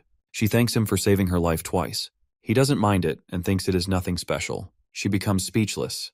Katsuragi finally catches up but looks completely out of breath. He asks who he needs to save next. Kusanagi orders the girl to follow and stay with the guy as he is going to leave now. She tries to stop him, but he ignores her words and leaves. She becomes a bit worried while Katsuragi wonders what he's looking at. Our boy knows there are still many people inside the building that he needs to save, so he has no time to wait for the police to appear. He knows he has to hurry up and save everyone as soon as possible. At the Prime Minister's office, the Prime Minister finds out the Kamui Magic Academy is under attack by the Calamity. His men don't understand why it's happening again. They all know the last calamity took place 50 years ago, and since then, nothing bad has happened. They ask the Prime Minister to quickly form a plan while assuming their country might be cursed. He informs them that both the Beast Countermeasure Division and the Police Department, along with the Magic Nobles, are all being contacted. The GSDF has also started their preparations for the calamity. His men remind him that they only have self-defense forces, who specialize in controlling disasters. They don't have any real mages who can actually stand their ground against the monsters. He clarifies that he already knows all of this. This is to be expected since people have been living an easy and peaceful life without facing calamities for a while now. They used up almost all of their military expenditure on the national defense of international affairs, so they have no other choice but to leave all the beasts and demons to the police and noble mages. He becomes frustrated to learn the same disaster from 50 years ago is happening again, but this time they don't even have Ichikami Minato on their side. Somewhere else, while driving, the girl asks her senior if the calamity really is happening again. He confirms it and believes it is definitely the calamity. She becomes worried and starts getting anxious. Even though they have been safe for the past 50 years, she is shocked to learn the peace was just temporary. The guy tells her not to worry since it is their job in the first place anyway. He is Shido Shugo from the Metropolitan Police Department. The girl becomes determined to do her best as well. She is Sergeant Sanada Karen from the police department. The news reporters reach the Magic Academy using a helicopter. One of them covers everything and informs the audience that the calamity is happening at the Magic Academy. He tells everyone about the situation and shares that monsters are constantly pouring out, and the sky has turned completely red as well. A female news reporter reveals the magical beasts started appearing out of nowhere, so the students are all currently taking refuge in the gymnasium. The teacher guides the students and believes it is not that hard to protect themselves as they are only up against magical beasts. They should be able to defeat the monsters through proper teamwork. The world watches the news. A few kids watch it as well and suddenly remember the academy is really close to where they live. They both decide to run away as soon as possible. Outside, people start panicking and running away to save their lives. Two men watch everything from a distance and realize things are looking really horrible. The audience watching news channels becomes concerned. Our boy notices the huge number of monsters pouring out. He remembers the second stage is about to start soon, and now stronger monsters are going to start appearing. As they progress through the stages, things are going to become even more difficult. There's no point in defeating them as the beasts will keep appearing non-stop. As long as he doesn't defeat the boss monster, the magical beast will keep appearing. He is aware the boss is only going to reveal itself in the final stage, so he needs to keep his cool until then. He starts feeling irritated but continues to save more people. He rescues 20 people and uses his magic bubbles again to let them float towards safety. He is having a hard time finding the students since they have been scattered everywhere. He decides to move on to the next stage. Somewhere inside a random classroom, Tadano persistently shoots his fire magic, but gives up when he finds out his attacks are having zero effect and he is out of magic power. As the demon soldier stands in front of them, the whole gang starts sobbing and wonders how they got so unlucky twice. Tadano's lackeys remind him they warned the guy about this before. The bully becomes frustrated as he remembers our boy can defeat a monster in just one hit. He doesn't understand why he can't do the same. The protagonist appears and tells him it is because he is weak trash. Tadano opens his eyes and sees a magic attack effortlessly killing the demon soldier. He becomes confused but sees Kusanagi enter the classroom. Our boy starts leaving. Tadano frustratingly admits it happened again. He ended up getting saved by Kusanagi a second time. He requests the boy to stop and questions why he got saved again, even though he is extremely annoying and always acts like a piece of trash. The protagonist tells him there is no real reason behind it. He just decided to save them because he holds the power to do so. Tadano becomes confused as he hears his words. The bully starts feeling inferior and tries insulting the protagonist. He calls the guy a wimp who can't even use magic properly. Tadano doesn't understand how he got so powerful out of nowhere. Kusanagi reveals his secret and says the real Kusanagi actually died in a car accident. He was reborn. Tadano doesn't find the logic behind it and questions how someone can get even stronger at death's door. He was expecting to be a great mage himself, but lost to a trash like Kusanagi. Our boy calls him weak trash, since strong people don't oppress the weak, and even the weak don't oppress the people who are weaker than them. He points out Tadano's flaws and thinks he is just trash consumed by a sense of superiority that was enough to fool him into thinking he is actually something. Kusanagi makes it clear for the guy. A weak trash like him can't even imagine facing our boy in a fight right now and winning. Tadano finally accepts it and gets down on his knees. He admits he was trying to run away from the reality that his powers haven't grown much since junior high. He tried taking out all of his frustration on the people who are weaker than him, but in the end, he got saved by someone like Kusanagi, who was supposed to be a trash weakling. He just couldn't accept the truth. He admits in front of his lackeys that they were all saved by Kusanagi, and the bully starts crying non-stop. Meanwhile, the protagonist defeats the monsters in the classroom. A demon soldier enters the building to kill him. He shoots his magic bullet, but the strong monster easily dodges it, so the boy has no choice but to unleash his powerful fire magic. He defeats it effortlessly, but realizes the demon soldiers are rapidly increasing in numbers, so it is possible the boss might come out soon as well. He assures the terrified students not to worry, as he has already taken care of everything. Somewhere else, Katsuragi becomes angry and questions why our boy is pushing so much work onto him. He uses his fire magic to finish a few magical beasts while protecting the students. He assures the female student to just stop worrying and follow him as he would protect everyone with everything he has. The students calm down hearing his words and start cheering for him. He looks at the army of beasts and wonders how he's supposed to protect the students against all of this. Kusanagi appears out of nowhere and offers his help. Katsuragi begs him not to appear like this again as he scared the guy. Our boy instructs him to leave the place as soon as he takes care of all the monsters, but Katsuragi is worried. He believes defeating such a huge army of monsters is nearly impossible, so it is better if they just change their route. The protagonist uses his non-attribute magic and kills all the monsters, including the demon soldiers, instantly with barely any effort. Everyone is left speechless, but he reminds Katsuragi to guide the students out of this mess and start moving. Katsuragi understands his words and orders everyone to follow him. The students observe the magic bullets while running away. Katsuragi anxiously smiles as he realizes how strong the protagonist really is. Once they all leave, our boy decides to go inside the school again and search for more students who are in danger. Somewhere else, the teacher motivates the students to keep going and not give up so they can continue to push back the monsters. Yuika starts feeling tired, but Ruka appears from behind and advises her to just go inside and rest since she will be a burden if she can't fight. Yuika assures her she will keep fighting determinedly as they don't have any time to rest. Katsuragi finally reaches the gymnasium with the rescued students. The teacher praises him and orders him to lead everyone inside. Katsuragi asks about the situation. Ruka disappointingly tells him they are barely holding their ground. Yuika worriedly asks about Kusanagi, but the guy assures her our boy is still alive and good. She becomes relieved and starts smiling. Katsuragi admits Kusanagi is awesome and holds a lot of strength. He believes they might be able to overcome the calamity with him by their side. Yuika agrees with him as she also thinks the same. Suddenly the ground starts shaking. All the students become terrified, and the teacher quickly tells everyone to evacuate. A huge army of strong monsters appears from the smoke. Katsuragi notices the demon soldiers between them as well. He admits there is no chance they can do anything, as the army of beasts is just too huge, so they need to escape quickly. The strong monsters of the second stage start chasing the students. Yuika tries to run towards safety but almost gets eaten by a magical beast. Someone kills the monster and saves Yuika. It's the police department. Shido quickly orders his men to eliminate the beasts, and the police do everything they can to protect the civilians. The students breathe a sigh of relief seeing the police, thinking they're finally safe. Shido assures them not to worry anymore as the police are here. He orders them to follow instructions and carefully evacuate the school, but Yuika steps forward, telling him the students are ready to fight as well. Shido repeats his words, but Yuika clarifies that they aren't civilians. Ruka joins her and adds that they are mages. Shido understands their words and requests backup. He orders them to start attacking from the rear. He admits they're low on numbers, so they really need the mages' help. He's frustrated, wishing the police weren't so useless. Sanada uses her healing magic to help the injured students. The protagonist notices the police have finally arrived and decides to leave everything to them. He's surprised to see the police arrive before the self-defense troops.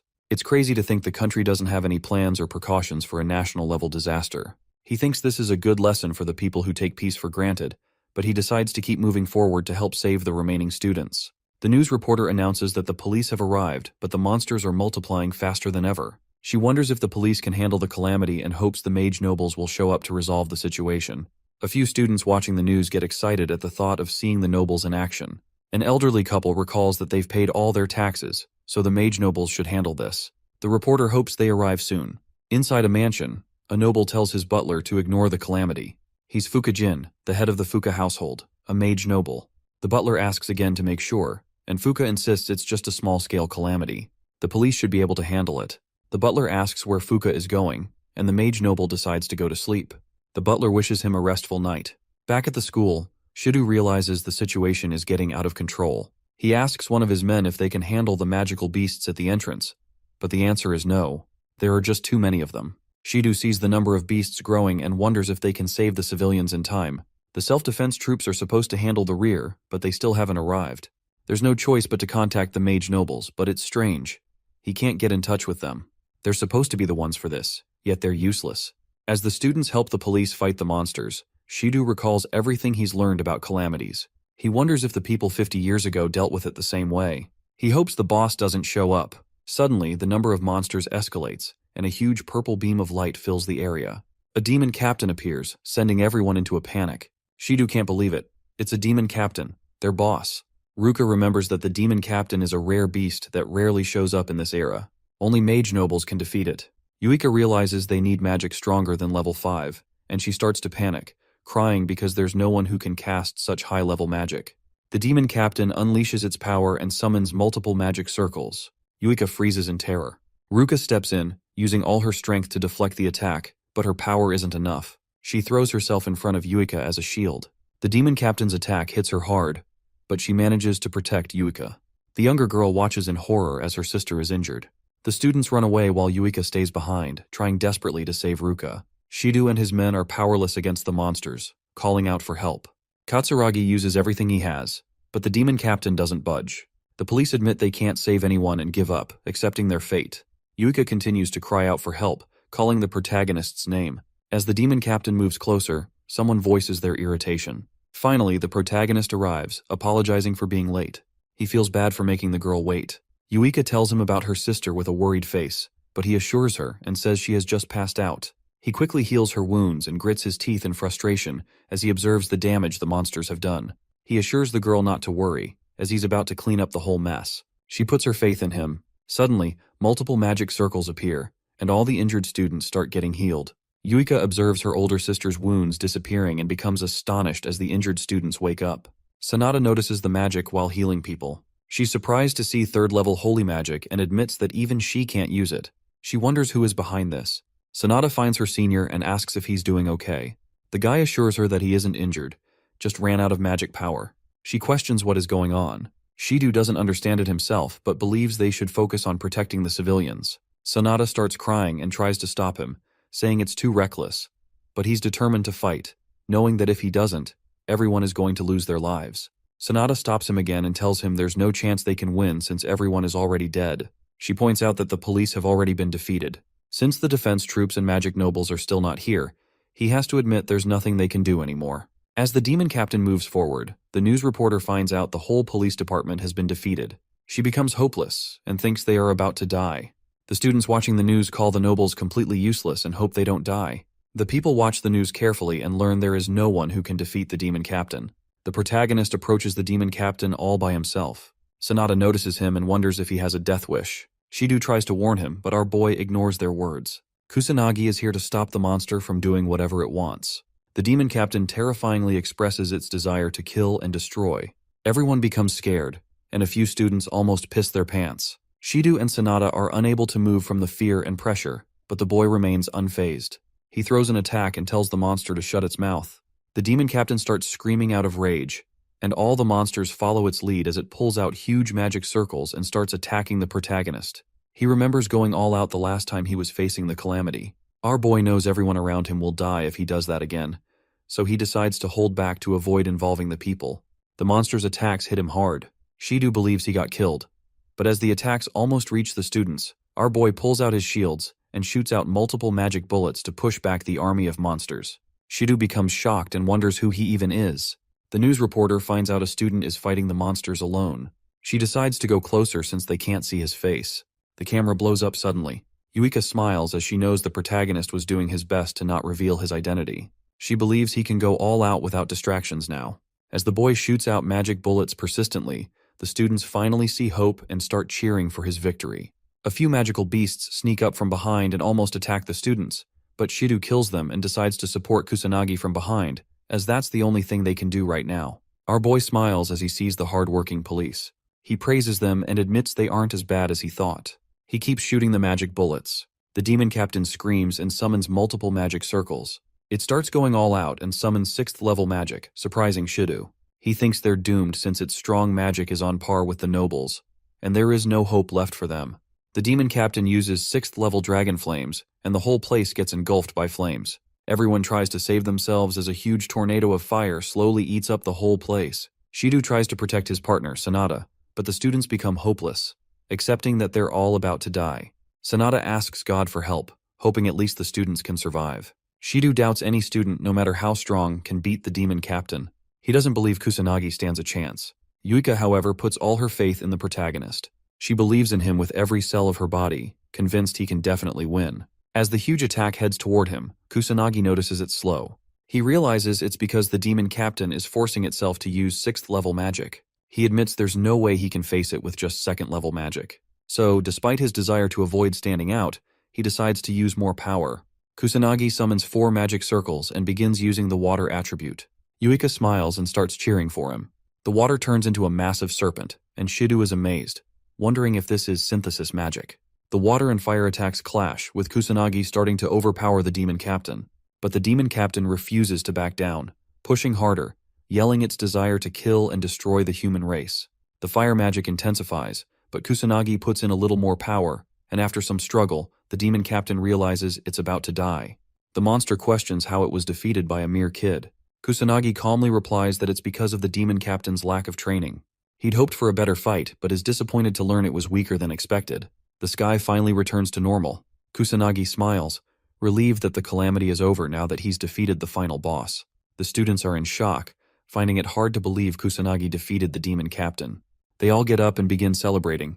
Even the news reporter and cameraman join in, finally feeling safe. Sanada comforts a student, assuring her that it's safe now, as the calamity is over. Shido stares at Kusanagi, calling it impossible. He doesn't understand how a student could stop the calamity alone.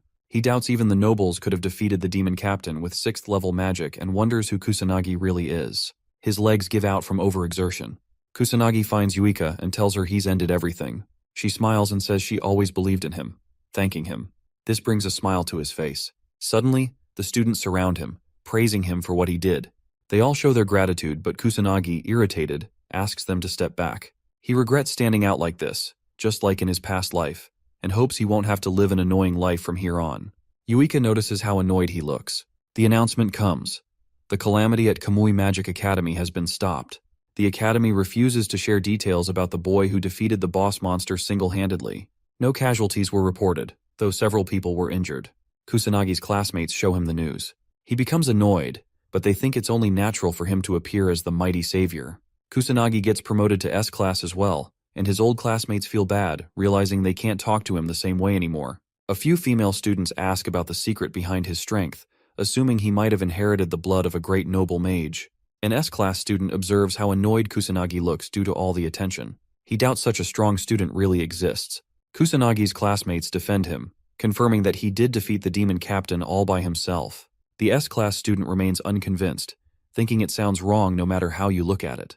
Kusanagi uses this chance to leave the class, feeling relieved as he steps out. Yuika finds him and asks if he's having a hard time, grinning mischievously. He doesn't want to be teased, but she keeps talking. She thinks this is natural since he's the mighty savior who protected the whole school. Kusanagi remembers that Yuika was also promoted to S-class, a result of her efforts during the calamity, but she doesn't seem too happy about it. When he asks, she assures him she's happy, but it's because there's someone else in the S-class. Suddenly, Kusanagi remembers Ruka and asks if she's doing any better. Yuika answers positively and points out that they've been talking more than before. Kusanagi thinks it's a good thing, and Yuika feels happy about it too. She thanks him for everything, expressing her gratitude. Out of nowhere, Kusanagi lightly taps her head, causing her to get embarrassed and ask what's wrong. He clarifies that he doesn't want her thanking him over and over. Once is enough. Yuika starts smiling. At a conference, a man finishes his teleconference with other countries. They're aware that getting support for the next calamity will be hard since they're already overwhelmed with measures and plans. One of them mentions the news about the student defeating the boss monster. The others explain that it was a strange situation, and even the police department was completely defeated. They assume it might be a misunderstanding and expect other nations to be skeptical as well. The man orders his men to bring back the noble mages to prepare for the next calamity. On the school roof, Ruka and Katsuragi meet Kusanagi and Yuika. They all stare at each other for a moment. Ruka then shares her desire to ask Kusanagi something. She wants him to make her his disciple. A few days later, Ruka sits down with her sister and starts a chat. She remembers the calamity was stopped by the protagonist. Her sister confirms this and reminds her that Kusanagi is the one who defeated the demon captain, using 4-level synthesis magic to do so. Ruka is astonished to hear this. She remembers that even high-level mages are not capable of using such power. Yuika assures her she's telling the truth, and Ruka trusts her little sister's words, deciding to believe it as she starts smiling. Yuika wonders why her older sister thinks she doesn't tell lies. Ruka recalls that Yuika has always been a straightforward kid, still obedient, never lying, gentle, but also hardworking. She finally accepts that her little sister isn't talentless and admits that she was the one being stubborn. Yuika realizes her sister is just worried about her, stands up with determination, and assures her big sis that she is going to become really strong and put her at ease so that she doesn't have to worry about it for now. Ruka listens to her sister carefully and realizes how much she has grown. Yuika hears her praise and starts smiling uncontrollably. Ruka is aware that no student comes near Kusanagi, and she guesses even her father might be weaker than him. She requests Yuika's help, knowing that if she just goes with the flow, she will only become a high-class mage at best. So she definitely needs Kusanagi's help to properly get stronger. Meanwhile, in the present, Ruka apologizes for all the rudeness. She's really sorry for looking down on them. She's already aware of how absurd and selfish her request is, but she wants to swallow her pride and be straightforward. Ruka hopes he can make her his disciple. Our boy agrees, which surprises her. He confirms that he is willing to make her a disciple, but she doesn't understand why he's being so nice. He calls her a weirdo for making a request and then acting this way. She knows he's right but doesn't understand why he's still being so kind, especially after she did such horrible things to him. He makes it clear that he has already accepted her apology and forgiven her, so that's all there is to it. She is left speechless. Katsuragi uses this opportunity to make the same request. The protagonist agrees, since it isn't really that hard to teach two people, and the guy is happy to hear this. Yuika tells her older sister that her friend is just really kind. Katsuragi calls him mysterious as well. Later that day, the protagonist gets called to the conference room. Shido introduces himself as a member of the Metropolitan Police Department from the Beast Countermeasures Division. Sanada introduces herself as well. They both bow their heads and show gratitude, admitting that without his assistance, both the civilians and their teammates would have been killed instantly. Kusanagi wonders if they need anything else and assures them to stop thanking him, as they've been constantly showing their gratitude for a while now. He believes it is enough. Shido informs him that the investigation is already over, but there is something that grabbed his attention. Kusanagi wonders what it is. Shido shares that he learned our boy got his mage powers after getting involved in some kind of traffic accident. His classmates and the people around him are saying the same thing. But one student even said the protagonist turned into a whole new person after the car accident. Kusanagi remains silent and listens to the investigation. Shido learned that his personality changed completely, and out of nowhere, his magic power became extremely strong as well. So strong that he was effortlessly able to defeat a demon captain. Yuika requests him to stop and questions what he's trying to say. Shido decides to change the question and asks if he knows anything about someone called the Black Magician. Our boy doesn't recognize the name, but the guy shows him a video and elaborates that the Black Magician is someone who defeated magical beasts and cleaned the area while protecting people. He keeps his face hidden and only comes out at night. Shido is surprised he didn't watch such a famous video. The protagonist understands what they are trying to say. Yuika intervenes and questions why he's telling all of this to Kusanagi. Shido answers with a smile, saying they are both similar, not just in age, but in size and height as well. Shido learned that the Black Magician is a strong and capable individual. He doubts any students around his age are capable of such feats. The other weird thing is that the Black Magician started his activities at the same time our boy got discharged from the hospital. Since it is completely illegal to use magic in the city without a real permit or qualification, if a student gets caught using it, then the academy will have to handle most of it. But since it has gotten so much public attention recently, there's no choice left for the police, so they had to get involved and take action. Shido makes it clear that just expulsion won't be enough, but if the protagonist confesses, they are willing to do him a favor and lessen his punishment. So, he needs to answer carefully. Shido asks once more if he is the Black Magician. Kusanagi answers negatively with zero expression on his face.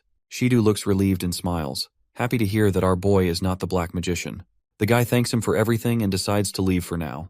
As he leaves the room, Shido is surprised that our boy didn't show a single expression. He praises his courage to lie so openly if he really is the Black Magician. He admits Kusanagi is nothing like a normal student and believes he is hiding something. Sanada already knows Kusanagi is the Black Magician since their voices are similar. She wonders if his intentions were purely to save people that night. Sanada decides to keep his identity hidden, even though she knows this can be counted as a failure for a policeman. She believes the protagonist is a kind person. Shido decides to try his best to reveal the Black Magician's identity, while Sanada thinks about keeping it hidden and helping the guy however she can. After a while, the homeroom teacher of the S-class introduces both Mizuha Yuika and Kusanagi Minato to the whole class. She hopes the other students can get along with them. The students start asking if he really is the one who defeated the demon captain. The girls ask Yuika how she feels being a noble mage. The teacher advises everyone to sit down as the class is about to begin. She is surprised to see how famous both new students are. Kusanagi had to answer questions all day, and he feels horrible. He remembers this is the reason he was trying to keep his identity hidden. He hears someone call him from behind. Our boy looks back and finds the girl he saved earlier standing in front of him. She hopes he doesn't mind giving her a little bit of his time. As the boy finds himself on the rooftop again, he wonders if it is some kind of norm to always go to the top whenever you have to talk about something. Yuika follows him and looks at what's happening from behind a wall. She was hoping she could get some private training in and wonders why he is on the rooftop. She feels a bit jealous seeing him alone with a girl and tries to see what they're trying to do. The girl asks if he still remembers her, but our boy says he doesn't. She reminds him he's the one who saved her during the calamity, and he finally remembers who she is. The girl recalls that she was about to die because of the magical beasts at the combat lesson, but then somebody used their magic and saved her. She believes the one behind that magic attack was also Kusanagi. He remembers it, and she starts thanking him for saving her life. He doesn't mind it and says he just did what he could. The girl starts blushing and calls him cool. Yuika tries her best to listen to what they are saying, but she is barely able to hear anything. The girl reveals her feelings and says she is in love with our boy. She hopes he goes on a date with her. Yuika is shocked to learn she is confessing her feelings. The protagonist barely looks surprised. She knows she doesn't have many positive things, but she assures him she will do her best, so she hopes he can make her his girlfriend. Kusanagi smiles and thanks the girl for the confession. She starts smiling, but he continues to talk and says he is sorry. Her smile drops instantly. He politely tells her he doesn't have any time to start dating anyone since he has to do something very important. She understands his reasoning and tries to smile again. She is glad he was straightforward with her and decides to give up on him now. The girl leaves the rooftop with tears in her eyes. Kusanagi advises Yuika to stop hiding and just come out. She gets caught and comes out with an awkward smile. She thought she hid her mana well this time and wonders how he noticed. He calls her mana control horrible and lets her know it is literally spilling everywhere.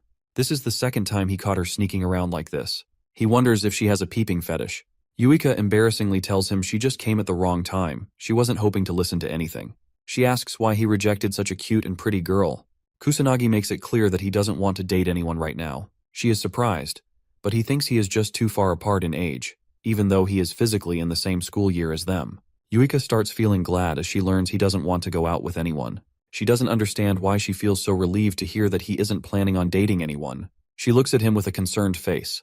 Kusanagi advises her to start working on her mana control as it is completely horrible. He believes she needs a lot more practice. She assures him she is aware and becomes determined to work as hard as she can to surpass her current strength so that someday he can finally acknowledge her. During nighttime, the protagonist reaches another area filled with monsters. He wonders if a new calamity is going to appear since they keep increasing. He hears a girl scream for help. A man uses his magic illegally to harass a girl. He tells her it is pointless to scream since there is no one around. Kusanagi intervenes and shows the guy there is still someone around. The thug becomes surprised, but our boy doesn't give him any time and quickly punches his stomach. He uses his magic to knock the guy unconscious. He learns it is just an amateur mage and a thug, but his close combat skills are horrible. He guesses the guy isn't used to fighting mages. The girl he saved thanks him and questions if he is the black mage. He becomes annoyed and quickly leaves while ignoring her words. Kusanagi realizes the black mage all the students and the policeman mentioned was him all along. He doesn't understand how he became so popular. The next day, while eating with his friends, the protagonist talks about the black mage. He remembers Shido talked about an amateur mage who only comes out at night. He heard many people talk about it, so he is just curious. Katsuragi guesses it is because the black mage has gotten really popular on the internet. Our boy asks what the internet is with an innocent face. He wonders if it is something similar to a fishing net. Everyone is shocked to hear this. They all wonder if he is crazy. In this era, it's hard for them to believe he doesn't know about something like the internet. They understand he is very isolated and lives under a rock, but this is worse than what they were expecting. Yuika explains the internet is an information network that covers the whole globe. Anyone can share any kind of information on it, so things like the black mage spread instantly. People can also find anything there, and since it has pictures and videos, it practically holds everything. Kusanagi finally understands it. Katsuragi helps him understand he can access any kind of information on his smartphone. He asks the boy to pull it out and try opening a random application. Kusanagi's face brightens up, and he smiles uncontrollably as he finally opens a search engine. They all praise him and explain he can use the internet to see anything now. Our boy calls it easy. Ruka remembers he promised to help them train. She is wondering when they begin their training. Kusanagi agrees on training them once the school ends, as they also helped him learn how to use a smartphone. He thinks about doing his best to train them well. Yuika expects something bad will happen as she hears his words. During their training, all three of them get tired and fall to the ground. Kusanagi is disappointed as they haven't even warmed up yet. He wants them to train like their life depends on it. They all get up once more and assure him they won't go down so easily. He is glad to hear this and orders them to come attack him with everything they have. They pull out their magic circles and follow his orders. Somewhere else, near the Tokyo Tower, a few men remember everything was completely normal a few seconds ago as they both observe the red sky. They both become terrified and wonder what's happening.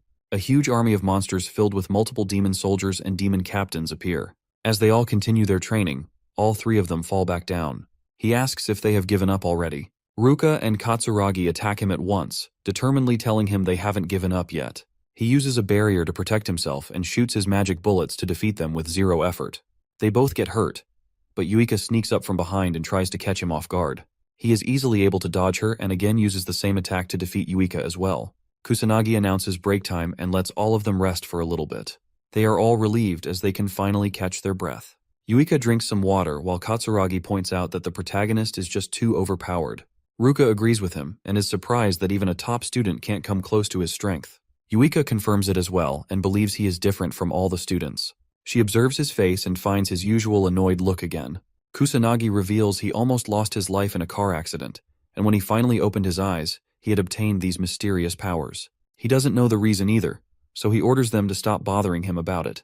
Ruka understands he unlocked his powers on the brink of death and wonders if it triggered something inside him.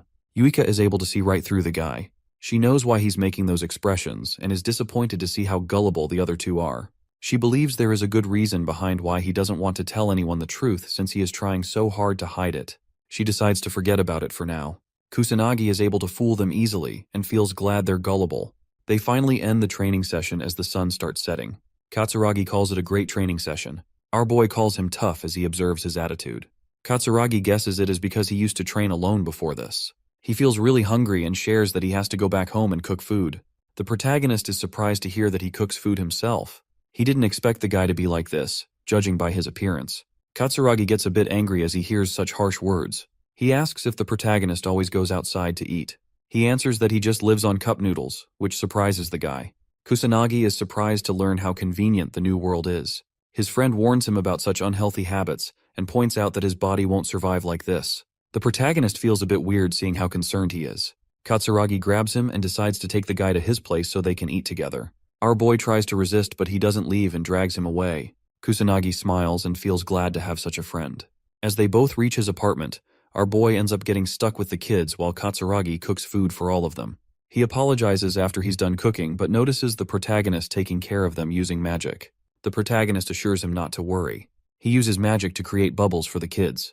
Katsuragi calls him an idiot for his behavior and advises him not to use magic in his apartment. The guy is surprised to see magic can be used for such things. The little kid comforts our boy after he gets scolded. Katsuragi is shocked to learn he is really good at taking care of kids. The protagonist suddenly remembers the calamity in his past life. He calls kids precious. Katsuragi calls him an old man for how he sounds, but our boy orders him to shut his mouth. He starts enjoying as he helps the kids read a book. They all start eating together and thank God for the food. The kids happily eat the delicious meals. The protagonist tries it and is surprised to find out how good it is. He gets teary as he tries to remember the last time he had a good meal. He regrets not taking care of himself because he was focusing on fighting for a very long time. Kusanagi asks his friend about his parents. The guy shares he doesn't have a father. Since his mother has to work till late at night, he is the one who does the household work and takes care of the kids.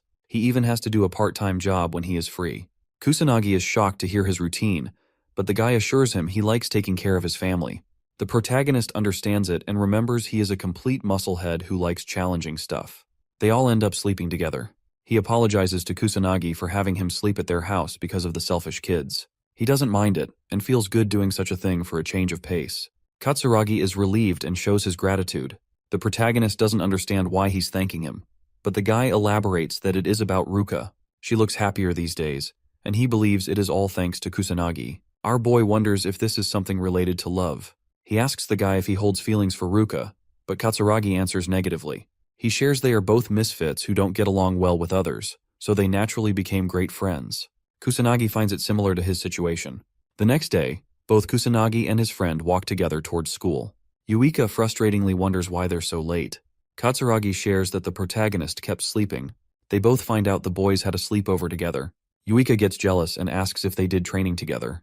Kusanagi wonders why they're meeting like it is natural. He admits he is enjoying it. Shido appears with Sanada and requests our boy to give him a few minutes. The protagonist is annoyed to see them again.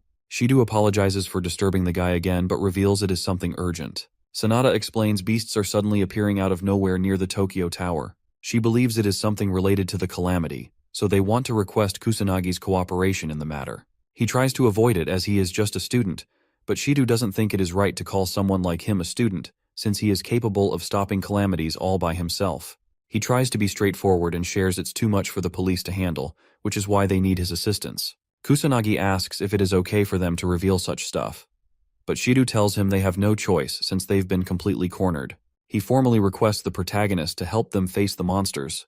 Kusanagi agrees with them. He was hoping to avoid standing out, but the situation keeps getting worse. Shido promises he will get proper compensation and that he doesn't have to contact the academy. Yuika and her friends decide to help as well. Ruka is confident they can provide support from the rear, and Katsuragi agrees with them. Shido thanks them for their effort but refuses to let them come along, as it is just not possible. Ruka tries to convince him, but Shido doesn't believe they are capable of fighting in a real battle since they are just the top students of their academy. He asks if any of them come close to Kusanagi's level. They all become ashamed and speechless. Shido advises them to head toward the academy while he invites Kusanagi to come with him. The protagonist hopes his friends can someday catch up to him, and they all become motivated, confidently answering that they will. At the police headquarters, our boy ends up being involved in a conference. A man explains that hundreds of magical beasts are appearing close to the Tokyo Tower, and they need to quickly form a plan and take action before any civilians get hurt. He shares that they even have a student on their side who played a huge role in the previous calamity that happened recently at the Magic Academy. He asks the protagonist to stand up. He follows the guy's instructions, and some men talk about him behind his back. One of them doesn't understand why a literal kid is involved in their business. The other guy explains that Kusanagi is the one who finished off the demon captain all by himself during the last calamity. He calls it bullcrap since it's hard to believe. Sanada feels embarrassed. Shido speaks up and tells everyone that Kusanagi really is the student who stopped the calamity and even defeated the demon captain all by himself. Shido gives his word, as he saw everything happening from up close. He believes there is no one on the same power level as the protagonist. Since our boy was involved in the calamity that happened after 50 years, Shido thinks it is a good decision to have him cooperate with them. He hopes everyone will treat the boy as their partner instead of a student. The men still don't believe it and think he's just a mere student acting all high and mighty, even though he's in a place filled with so many professionals. The leader tells them their goal is still the same, even with a new face among them. He orders them to immediately take action and kill the monsters.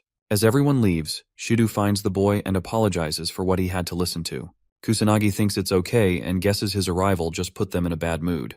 Shido is surprised by his maturity and realizes he should focus on Sanada instead. She starts sobbing and tells him she was just too terrified to stop the men. Kusanagi assures her not to worry, as he doesn't give a shit about what a few men have to say about him. She starts smiling and calls him a wonderful person. As they all drive toward the Tokyo Tower, Kusanagi asks about the approximate combat power they have right now. The policeman answers that they have 80 mages. Only a few among them are high rank, while the rest are just middle rank mages. Our boy knows middle rank mages are capable of using level 2 magic, while the high rank ones can use up to level 3. Shido admits it sounds very pitiful, but the protagonist is the strongest mage among everyone since he is capable of using level 4 synthesis magic. Kusanagi asks if they will follow some kind of plan, but Shido disappointingly tells him it is going to be a magic battle, purely so they can't follow any kind of plans. He believes they can win easily if they only face demon soldiers and magical beasts, but anyone higher than the demon captain will require proper planning and countermeasures because they have high intelligence and immense power. Shido doubts such a straightforward battle plan is worthy of being called a combat strategy. Kusanagi points out that he hasn't noticed any special equipment anywhere so far that could defeat monsters.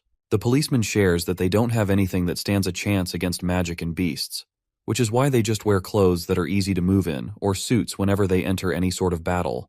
The protagonist remembers they used to have anti-beast equipment, but Shido answers there is barely any left right now, and it has become very rare. Only the mage nobles have such equipment. Kusanagi is shocked to learn this, as he remembers such magic equipment used to be common around his time. He understands the usage of magic and mages declined because of peaceful times, but this much change is just absurd. He becomes curious about what happened during the past 50 years. Shido observes his expressions carefully, wondering what he's thinking about. They all finally reach the Tokyo Tower. Kusanagi finds out there is no calamity going on, but the number of monsters appearing is abnormal. He wonders what is going on. The trash-talking policemen from earlier are shocked by the numbers as well. They didn't get informed about this in the report, and as they both spot a demon captain among the monsters, they become completely hopeless and decide to seek support from special organizations or noble mages since it's out of their hands. Shido assures them he has already called for backup, but it's not going to arrive so quickly. Since the number of beasts keeps increasing and illegal mage activities are happening more than before, the organizations already have too much on their plates. The policemen ask if they don't have any other choice but to face such strong monsters themselves. They believe it's a suicide mission and become hesitant. Shido has no choice left, so he swallows his pride and requests the protagonist for help. He asks if they can be defeated. Our boy answers positively. The trash talkers start doubting him, and it's hard for them to believe a random brat can win against so many monsters. Kusanagi notices something weird, and they wonder what he's on about. As the monsters become more active, suddenly the sky changes its color and turns red. Sanada and the other policemen realize a calamity is about to happen. Shido gives a message to every single post from the police headquarters that a calamity has appeared across Japan. As the civilians start getting attacked by magical beasts, Shido repeats his words that a calamity has occurred. He orders everyone to make people their priority and save civilians from any harm. Since they're stuck dealing with it in an urban area, they need to take countermeasures quickly. Shido and his men are worried to see what's happening, but our boy remains unfazed. The policemen see the calamity appearing again and become terrified. They question why it's happening. The protagonist knows a calamity is a natural phenomenon, but he notices this one is happening because of the magical beasts from earlier. He doesn't know how they caused it, but wonders if they learned a new way to create one in the last 50 years. Shidu's men tell him they can't fight a losing battle with no backup. They need to reorganize first. The calamity starts moving, and the beasts begin heading toward the city area filled with civilians. The policemen start arguing with each other. Some believe it is going to harm the civilians, so they don't have a choice but to go and defeat the monsters. The other policemen call it a suicide mission and believe they can't win. Someone comments that the police have become pitiful, which angers the guy who doesn't want to go. He makes it clear that they just can't win against so many magical beasts. Kusanagi jumps off the building while telling everyone they can definitely win. He smiles and starts using his magic circles to head toward the monsters. He lands between them, and as the monsters notice him, they all begin rushing toward him to attack. The policemen warn him to quickly run, or else he's going to lose his life. Kusanagi pulls out third-level magic called Wind Cutter, leaving everyone speechless. The monsters die instantly, but a few demon soldiers become active. They throw multiple attacks toward our boy, but he remains unscathed because of his shields. Since the barrier ends up being very useful, he decides to put one up for the bystanders, so no one gets hurt during the calamity. As he cuts through more monsters, Shidu is astonished by his strength. He doesn't believe someone is capable of using several magic attributes at once. He guesses only Kusanagi can do such things. The guy orders everyone to move forward and follow our boy. Sanada starts running to provide proper backup. The other policemen tremble in fear, but since they can't just run away, they all get fired up and run toward the battlefield. The policemen begin fighting against the monsters. The protagonist is surprised by their capabilities. The demon captain appears from the crowd of monsters. A policeman notices and becomes hopeless, since only a legendary class mage can defeat such a monstrosity. Kusanagi pulls out the water serpent again, and assures the policemen they can leave the demon captain to him, while they all handle the rest. In mere seconds, he defeats the demon captain, leaving everyone shocked. They admit he is very powerful. Shidu orders everyone to continue fighting until the boss monster appears. He orders them to handle the rest while Kusanagi can take care of the demon captain and anything stronger than that. As the protagonist fights the monsters, he remembers the worldwide calamity that appeared 60 years ago, which was the first calamity. After that event, calamities became common and kept showing up again and again, continuing to destroy the world. He doesn't want what happened 60 years ago to repeat itself since the calamity will just spread worldwide. He is glad to be here and is determined to stop the calamity from destroying the human race. Sanada gets attacked by a demon soldier, but the protagonist intervenes and instantly kills it. She remembers it is the same as that night. He asks if she's fine. Sanada thanks him and tries getting up. He realizes it is the same situation as before. He becomes worried and anxiously questions if she found out. Sanada doesn't understand why he became the Black Mage. She wonders how strong he is but doesn't want him to hate her for asking weird questions. She blushes and tries to stop herself from thinking anything weird since he is just a student. Sanada gets attacked again, but Kusanagi protects her from the danger and advises her to be more careful. She apologizes. He requests that she stay by his side so he can protect her. He notices she isn't capable of using combat magic. Sanada starts blushing again and follows his instructions. She questions if he really is a student since he sounds more like an adult compared to her. Out of nowhere, all the police mages feel an immense pressure. They start trembling in fear and wonder what's happening. A monster emerges from the light. Shidu notices it is the subspecies of a demon captain. He questions why such a higher species of demon captain is appearing now. The policemen realize their victory is impossible. They doubt even mage nobles can win against such a strong monster. Kusanagi steps forward. They try to stop him from getting hurt, as they don't think he can defeat it no matter how strong he might be. Kusanagi tells them he'll win. The guys stop trembling so much. Sanada starts praying for Kusanagi's victory. Shidu knows he holds the same strength as the mage nobles, so there is a good chance he might win against the subspecies as well. As the monster comes face to face with the protagonist, Shidu becomes excited to finally see our boy's true strength. Shidu orders everyone to keep giving it their all until the boss monster finally dies.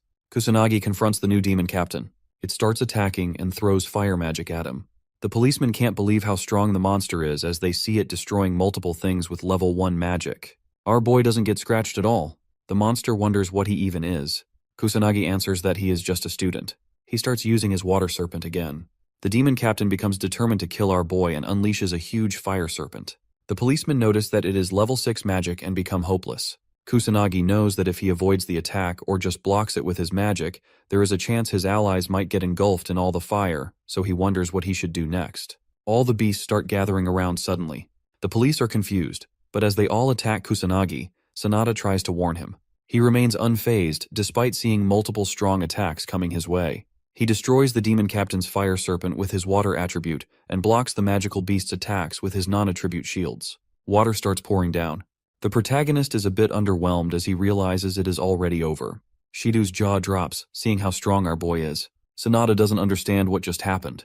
Shido, still in shock, holds his head as he sees unimaginable things happening in front of him. Only a mage noble can use level 6 magic since it is an advanced technique on a similar level as remote activation. Sanada asks if Kusanagi really did all that. Shido shares an even more surprising thing he just witnessed. The protagonist just used a second type of magic at the same time while facing the demon captain. Usually there is a buffer time whenever someone uses 2 magic spells, but Kusanagi just used them at the same time. Even a single type of magic is hard to control, so using 2 simultaneously makes the protagonist stronger than even the noble mages. Shido is happy to see everything went as he expected. He believes he has found the person he always wanted, the new Ichikami Minato. The protagonist advises the demon captain to follow him so they can fight somewhere else, as it is too stuffy here. The demon captain starts using level 1 aerial magic and flies away. As it moves somewhere else, it admits it is a bit surprised that it knows how to use aerial magic. The demon captain thinks he had to move so he doesn't get any sort of cooperation from its army. The boy clarifies he doesn't feel fazed by the shitty cooperation from other beasts. With a cold expression, he reveals they moved so he doesn't have to hold back anymore. The demon captain moves forward and attacks him, but our boy easily dodges all the attacks coming his way. He uses his arms to block a few blows. The demon captain uses the opportunity to throw fire magic. It hits the boy directly, but the monster hits him again and slams him on the ground without wasting a second. As the smoke clears, Kusanagi comes out unfazed, leaving the demon captain shocked. He moves forward to attack it and knows it resorted to hand-to-hand combat because its magic is completely useless against him. He calls the demon captain's efforts useless and makes it clear it can't land a strike on him while punching its head really hard. The demon captain goes flying away but saves itself by summoning a magic circle. It doubts his punch can do anything since he is just a mere human, but suddenly its whole body starts trembling. The demon captain doesn't understand how strong he is. It gets mad and questions who he even is. Kusanagi smiles and lets it know magic isn't the only thing he can use. He decides to show the demon captain a technique he created himself. The protagonist smiles and unleashes his powers. The demon captain becomes amazed. Shido and Sanada feel the pressure and notice there is something above them. Kusanagi uses the magic he is emitting to protect his body. He starts feeling powerful, but the demon captain calls human attacks useless, even though he's using magic to cover himself. Kusanagi doesn't agree with it and decides to give his powers a try. He starts throwing punches and pushes back the demon captain, who is left with no choice as attacks come from all directions. The monster tries pathetically to protect itself, but Kusanagi keeps hitting it with his new technique. Shido observes the fight and notices the boy is overpowering a literal monster in hand-to-hand combat. He questions how it's even possible since human attacks are too weak against monsters. He is slowly harming the monster with just his fists. The demon captain gets injured and doesn't understand how a human attack can push him to such a pathetic state. Kusanagi is aware that normal attacks or any weapons have no effect on monsters, but if someone puts a huge amount of magic power behind them, the attacks actually work. Attacking while covering the whole body with magic power is called the fusion of martial arts and magic craft. He named it magic martial arts. The demon captain doesn't believe a trash human has just surpassed him in strength. It doesn't accept its defeat and tries to attack Kusanagi, but he dodges it with ease. Without wasting a second, he lands a strong punch, drilling a hole in its stomach. The demon captain calls him a monster for such strength. The other monsters find out their leader has already died. The sky turns back to normal, and the calamity finally ends. The policemen are relieved and learn the boy did everything. Shido advises them to kill the remaining beasts as well and keep their guards up. Kusanagi slowly comes down and smiles as he decides to leave the rest to the police.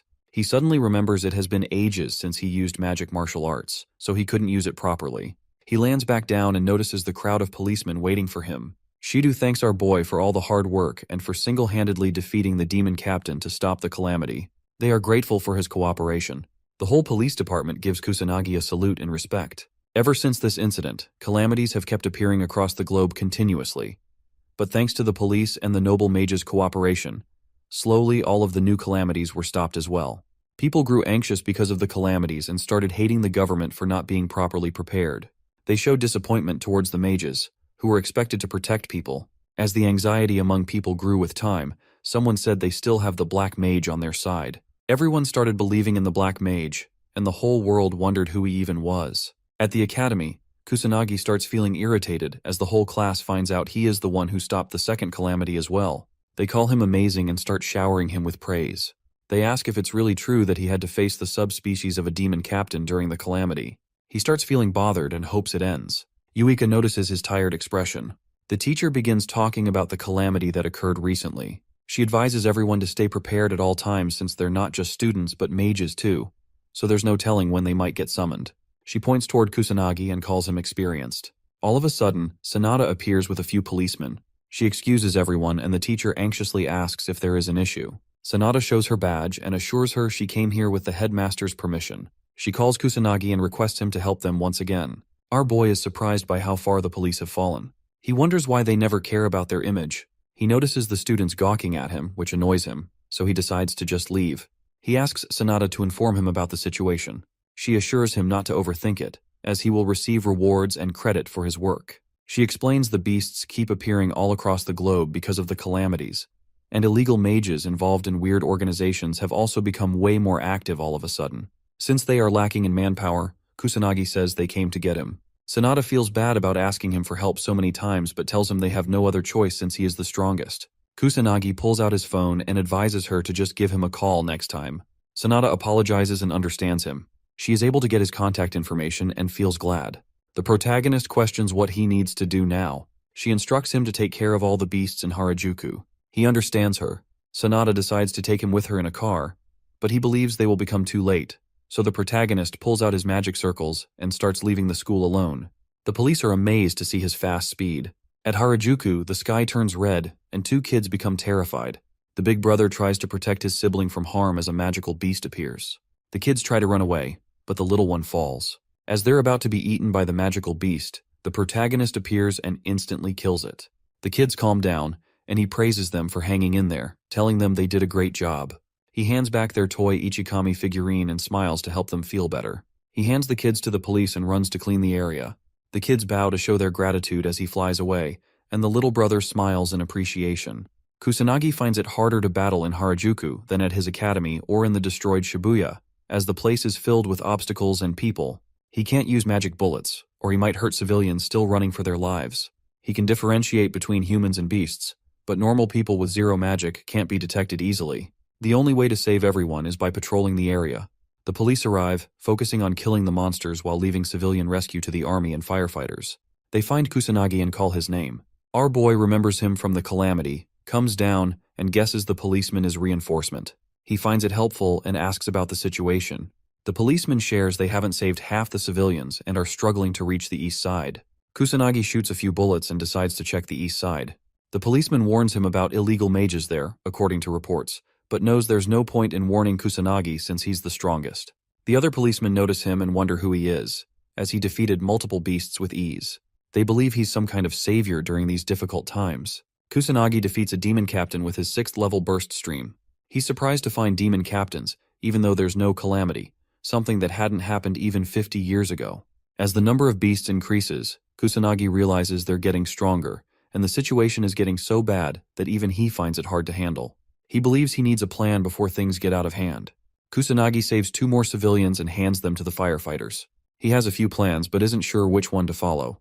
He uses his bubbles to save more people. Sanada and a few policemen appear, and he helps calm the civilians. The police thank him again, believing they minimized the damage because of him. Kusanagi disagrees, saying it was thanks to the police and firefighters. He was simply helping out. The policeman admits he's an awesome student. They apologize for their rude behavior during the last calamity, admitting their pride caused it. Kusanagi tells them not to worry and to stop thinking about it. The policemen are amazed by his maturity and thank him again. Sanada steps forward and thanks him as well, noting she keeps relying on his powers, even though he's just a student. He assures her not to worry, as he agreed to help. Kusanagi points out that the number of monsters keeps increasing, and this time, they're stronger. Sanada agrees, thinking they need a plan to counter the calamity. She mentions her senior is doing his best to take action. As she speaks, the kids from earlier approach Kusanagi and thank him for saving them. He's happy to see they're safe. The little kid asks if he's the great sage, and the older one apologizes, saying his brother is obsessed with the great sage. Kusanagi notices the toy and realizes it's an Ichikami figurine. He tells the kids he's really the great sage, and the kid smiles, already knowing. Kusanagi remembers his past life, where someone requested Ichikami to let him make a doll of him. The guy excitedly shared he wouldn't just make a doll but photo cards and key holders too. Ichikami doubted anyone would want such things. The guy told him people needed the great sage's support in their hearts, and such items would be great for kids. Ichikami didn't fully agree, but the guy called him wrong, believing it would keep people safe for 100 years, not just 50. He begged for Ichikami's permission. Kusanagi smiles, realizing the guy was right. He knows mere dolls can't save people, but people need him again now. At a shady club in the capital, a few men report on the Black Mage to their leader, Kuroya Kuto, president of the underground mage guild, Black Rebellion. He gets up after hearing about an illegal mage who doesn't belong to any guild. Furious, he learns the Black Mage dares to go against him. He asks his lackey if he's correct, and the terrified underling answers yes. Kuroi orders them to find the Black Mage's real identity, using military force if necessary. Someone asks if they have permission to kill him. It's the executive manager, Kaga Shuji. Kuroi answers they can only kill him after torturing him. Kaga becomes excited, making an evil expression. Ruka asks Kusanagi about his magic power level. Yuika says the same, as she has been curious for a while. She wonders if it is 100,000 or maybe even 500,000. Yuika knows it's possible for someone like our boy. He answers it's 99,990,000 with an expressionless face. Everyone is speechless at first. Yuika doesn't believe it, and Katsuragi agrees with her as well. Ruka remembers that even Ichikami's magic power is about 1,000,000, so she doesn't believe him. Kusanagi is surprised to learn this.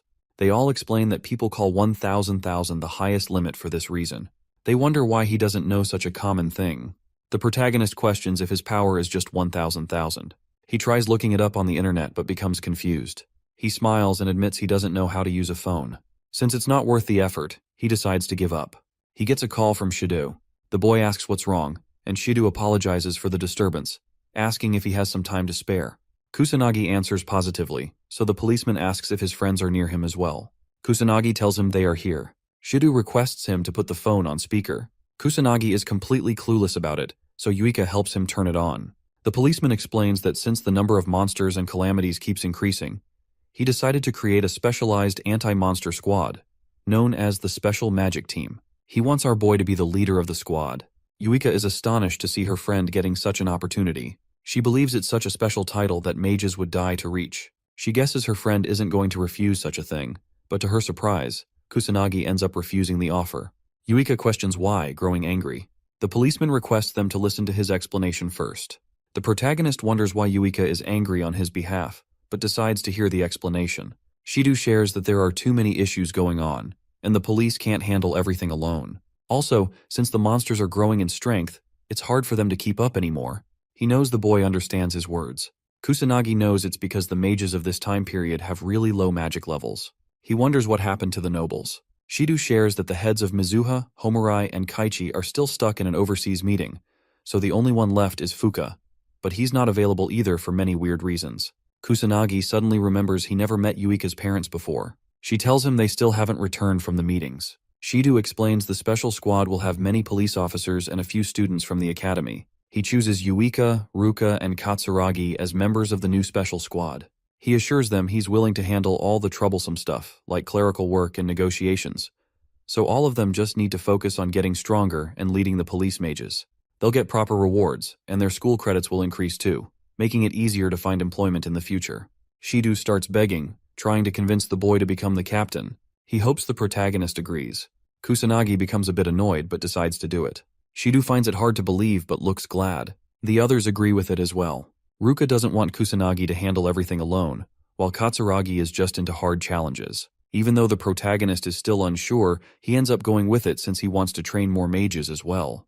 The news channels start criticizing the noble mage family, the Fukas. They didn't only leave behind their real duty because of some school disaster, but the noble family was also very slow with the subjugation of monsters. The noble man hears the news and calls the reporters dumb, since they're assuming noble mages can handle anything. Someone calls, so the noble mage gives him permission to enter. His butler appears and shares that the Metropolitan Police Department sent him a document. The noble mage reads the information about the special magic team being established. He calls it stupid and thinks useless people are into doing unnecessary things. He feels a bit disappointed but guesses this might help shut up the public. He orders the butler to call his dumb kid here. The butler understands him and leaves. At the police department, the protagonist and his friends join the special squad. They all hold a meeting, and Shido starts explaining something to everyone. The protagonist is surprised to hear the word dozens, but Shidu apologizes and explains that they did have candidates, but they didn't receive any applications for some reason. Shidu believes they'll get more applications once our boy starts producing real results. Kusanagi was expecting things to turn out this way, since it's weird for a literal student to be the team's captain. Some friction was bound to happen. Shidu hands over something and shares that it's a temporary mage badge. He admits it's an external cooperation but explains they're all public servants now. So, if anyone doubts it, he can just show this badge to them when needed. He adds another thing. The badges are only given when someone is from a unit, and since all of them are still not qualified as mages, the badge is just temporary. Shidu officially ends the student treatment with Kusanagi and addresses him as Captain Kusanagi. He leaves everything to the boy. The protagonist smiles, as it's been ages since he stood before people his own age. He goes to the front and introduces himself once more. He announces that he is the captain of the special mage team and promises everyone that he is willing to make everyone in his team stronger than even the heads of noble families. His friends and the police members are surprised, as it's something hard to believe. Kusanagi understands why they're doubting him, but decides to give solid proof to help clear the doubts. He asks Shidu if there are any magic power measuring devices available in the police station. The guy answers positively but becomes confused. As he brings a few measuring devices, Kusanagi orders Ruka and Katsuragi to step forward and measure their power levels. They decide to follow his orders. As they both pour out their magic into the machine, the protagonist tells everyone that Ruka's magic power level was only 10,000 last time, while Katsuragi had 8,000 magic power. Ruka becomes speechless as she gets a result of 30,000 magic power. Katsuragi is amazed to see 28,000 on the measuring screen as well. The policemen are astonished, as it is the magic power of the highest grade mage class. Kusanagi asks them to be patient and orders Yuika to measure her powers. She listens to him but feels a bit anxious.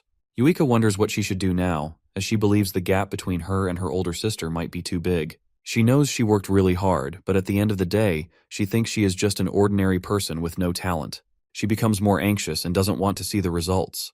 Yuika calms herself down as she doesn't want to run away from such challenges anymore. She stops caring about the results and pours the magic into the machine, determined to always be true to herself. Shidu and Sanada's jaws drop as they see the results.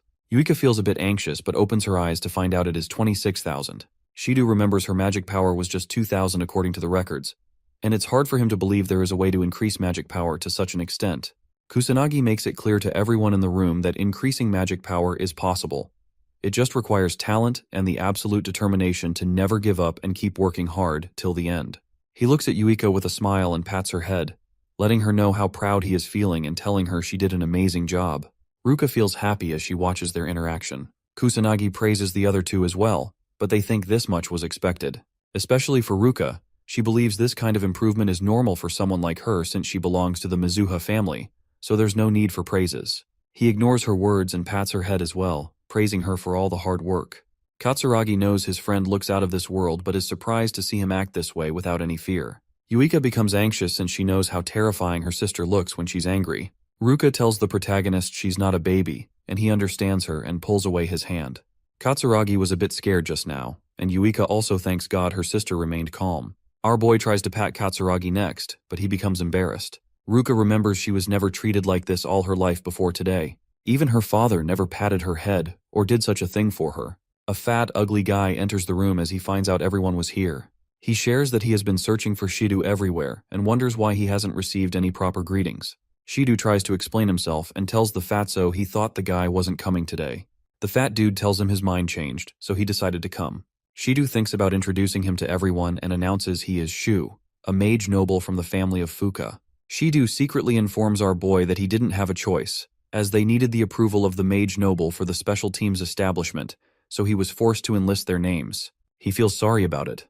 Kusanagi remembers the Fuka family ignored the request for reinforcements during the disaster that happened at his academy. Shidu tries to explain that happened because the nobles have a weird habit of maintaining authority, so they feel ashamed answering such requests since it's not something a mage noble would usually do. Shu speaks up and tells them he learned he was going to see Japan's leading magic unit. He wonders why there is a bunch of students in the room instead. Shidu introduces Kusanagi and reveals he is the one who defeated the boss monster and took care of the calamity that happened at the school. For his amazing achievements, he has been chosen to lead the team as the captain of the unit. Shu carefully looks at him and wonders how a trash student who doesn't even belong to a noble family stopped the school disaster. He steps on the protagonist's foot and arrogantly tells him he is nothing more than a piece of trash. He feels enraged to see our boy as the captain. The guy makes it clear not to act cocky, even if he's just a student. Yuika and Ruka question why he's acting this way, and they order him to step back, while Katsuragi threatens to blow him away. Shu wonders why ordinary people are trying to order him around. He recognizes the two sisters and remembers they belong to the Mizuha family. He's surprised to find out not everyone here is a piece of trash. Shu starts smirking and announces that he will be the one to lead the unit, but Shido tries to make him understand Kusanagi has already been chosen to lead the unit, so it can't be changed. Shu decides to challenge the protagonist and announces that the one who defeats the boss of the next calamity will earn the right to lead the unit. Shido tries to stop him, but the fatty decides to make his own rules and thinks it's settled. Shido apologizes for his behavior, but Kusanagi assures him it's fine, since anything he says would have been completely useless on such an idiot. He thinks it's fine, as he just needs to win. Yuika and the others get fired up. She's not going to let the guy become their captain. The other two become determined and decide to go all out as well. He wonders why they sound so fired up over such an idiot. At the police department grounds, Kusanagi thinks about his next step.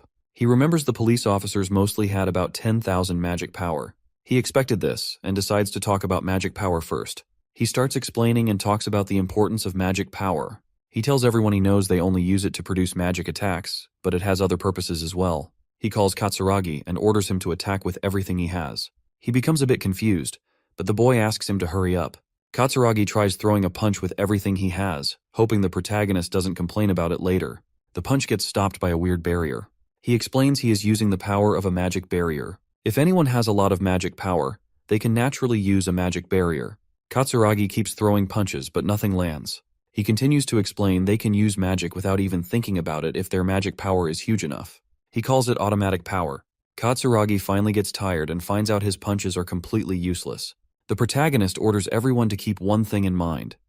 Increasing the magic power capacity is the most important goal for any mage. He starts pouring his magic into the policemen one by one to help them understand how to sense magic power. Everyone begins their training, and they all work hard to get stronger. Kusanagi realizes they really need some equipment besides the training. He wonders if it's possible to get some anti-monster equipment. Judging by Shido's reaction, our boy finds out it might be nearly impossible to get his hands on one for now. Shido assures him he will manage something if he waits a little longer. Kusanagi is aware he won't find any good craftsmen in this time period, so he decides to make one himself, even though he has never done that before. He is positive he can make one himself. He opens his drawer as he tries to find something useful. He finds a cheap ring, but notices it is still in good condition, which means it might be something important. He believes it might work, but it's still not enough. The protagonist starts thinking about a store he could shop at. His phone starts ringing suddenly. He notices it is a call from Ruka. He wonders what she wants since she rarely calls him. Kusanagi picks it up but questions why she's so silent. She shares her opinion and believes only he is worthy of leading the unit. He becomes confused and asks if she's trying to encourage him. She says he's correct. Kusanagi smiles as he finds out she is an awkward person. He decides to ask her something. Kusanagi invites her to go shop with him tomorrow if she doesn't have anything else to do. He doesn't know much about buying accessories, so he needs help. Ruka questions if he's inviting the others as well. He answers negatively and believes going in large groups is unnecessary. She is a bit hesitant, so Kusanagi asks if she wants to go. She agrees to go with him. He calls her a lifesaver and asks where they should go. She suggests Harajuku, so he decides to meet her at the station around noon. She hopes they can see each other tomorrow and cuts the call. Kusanagi feels glad as he can buy rings for everyone in his squad now. He wonders if he should spend his day crafting anti-monster equipment with the ring he just found. He starts pouring in his magic and believes it will somehow work. Yuika calls her sister for dinner but gets no reply and becomes a bit concerned since her sister never behaves like this. Yuika decides to check, so she announces that she is coming in. She finds her sister with a cute dress in her hand and becomes speechless. Ruka asks what's wrong. Yuika apologizes and informs her that dinner is ready. Ruka tells her she will come in a bit. Yuika has never seen her sister so excited before. She wonders if Ruka is planning on going out and assumes it is a date with our boy. The next day, Kusanagi reaches the Harajuku station. Yuika spies on him from behind a wall and tries to keep her distance while concealing her identity so he doesn't find her. She feels weird spying on them in such a way, so she apologizes to them in her heart. Ruka finally appears in a beautiful dress, and everyone starts staring at her. She asks our boy if he had to wait. He shares that he just got here, so it's fine. The dudes staring at them call her beautiful and assume she is talking to her boyfriend. They become a bit jealous while Yuika questions what's going on as she finds out her sister and Kusanagi are on a date. Ruka asks what he's looking for. Kusanagi answers that he wants a ring. She wonders if it's a gift. He calls her correct, but shares he needs several. Ruka is surprised, assuming something else. She questions if he has that many partners. He answers positively, but she reminds him Japan is not a polygamous country. He assures her he already knows that. Ruka advises him to buy inexpensive ones if he is planning to buy in bulk. She remembers the perfect place, so he decides to leave it to her. They visit multiple shops while Yuika observes them both from a distance. After a few hours of trying, Ruka admits it is really hard to find rings that are sturdy, inexpensive, and not too fancy. Kusanagi feels a bit annoyed since whenever they finally choose a good ring, something is always missing. He checks another one and realizes it looks pretty expensive as well. Yuika drinks her juice from a distance and wonders what they're both talking about. She feels a bit jealous seeing them stand so close to each other. The manager approaches them with a smile and asks what they're looking for. She is willing to give him a suggestion if he is planning to give his girlfriend a gift. Kusanagi tries to clarify she is not his girlfriend, but as soon as he speaks, Ruka cuts him off and tells the manager she is not his girlfriend with a cold expression. The manager anxiously apologizes and lets them look around as she goes away, feeling embarrassed. Ruka tries to stop her while the boy feels a bit annoyed.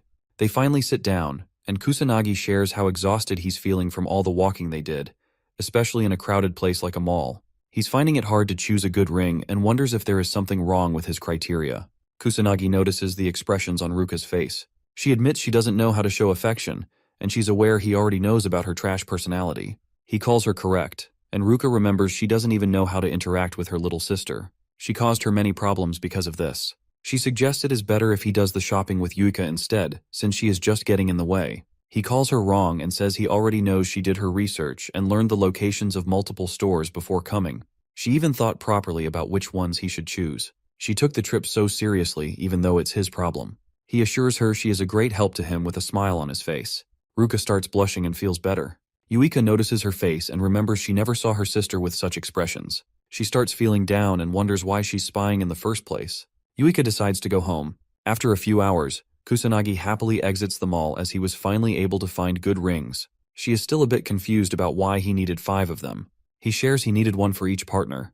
Ruka believes his partners are going to be really happy when they receive the gift since he took his time to pick the rings. He mentions it is for the unit's equipment, so there is no reason for them to be unhappy about it. She is a bit confused to hear this but finally understands why he bought so many. He shows his gratitude for all the help she gave and thanks her properly.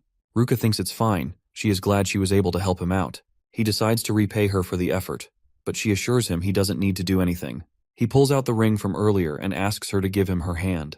She feels a bit shy and questions what he wants to do. He grabs it and shares it as the first special ring he made himself. He hopes she takes good care of it and smiles. Ruka is glad but starts leaving. He tries to stop her, but she doesn't give him a chance and leaves. He wanted to explain more about the anti-monster equipment, but decides to do it some other time when he gets the chance again.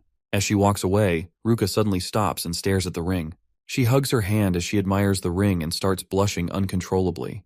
The next day, Kusanagi announces he will hand out the anti-monster equipment now, so they can come and take one. Sanada and the other policemen wear it and feel a magic reaction.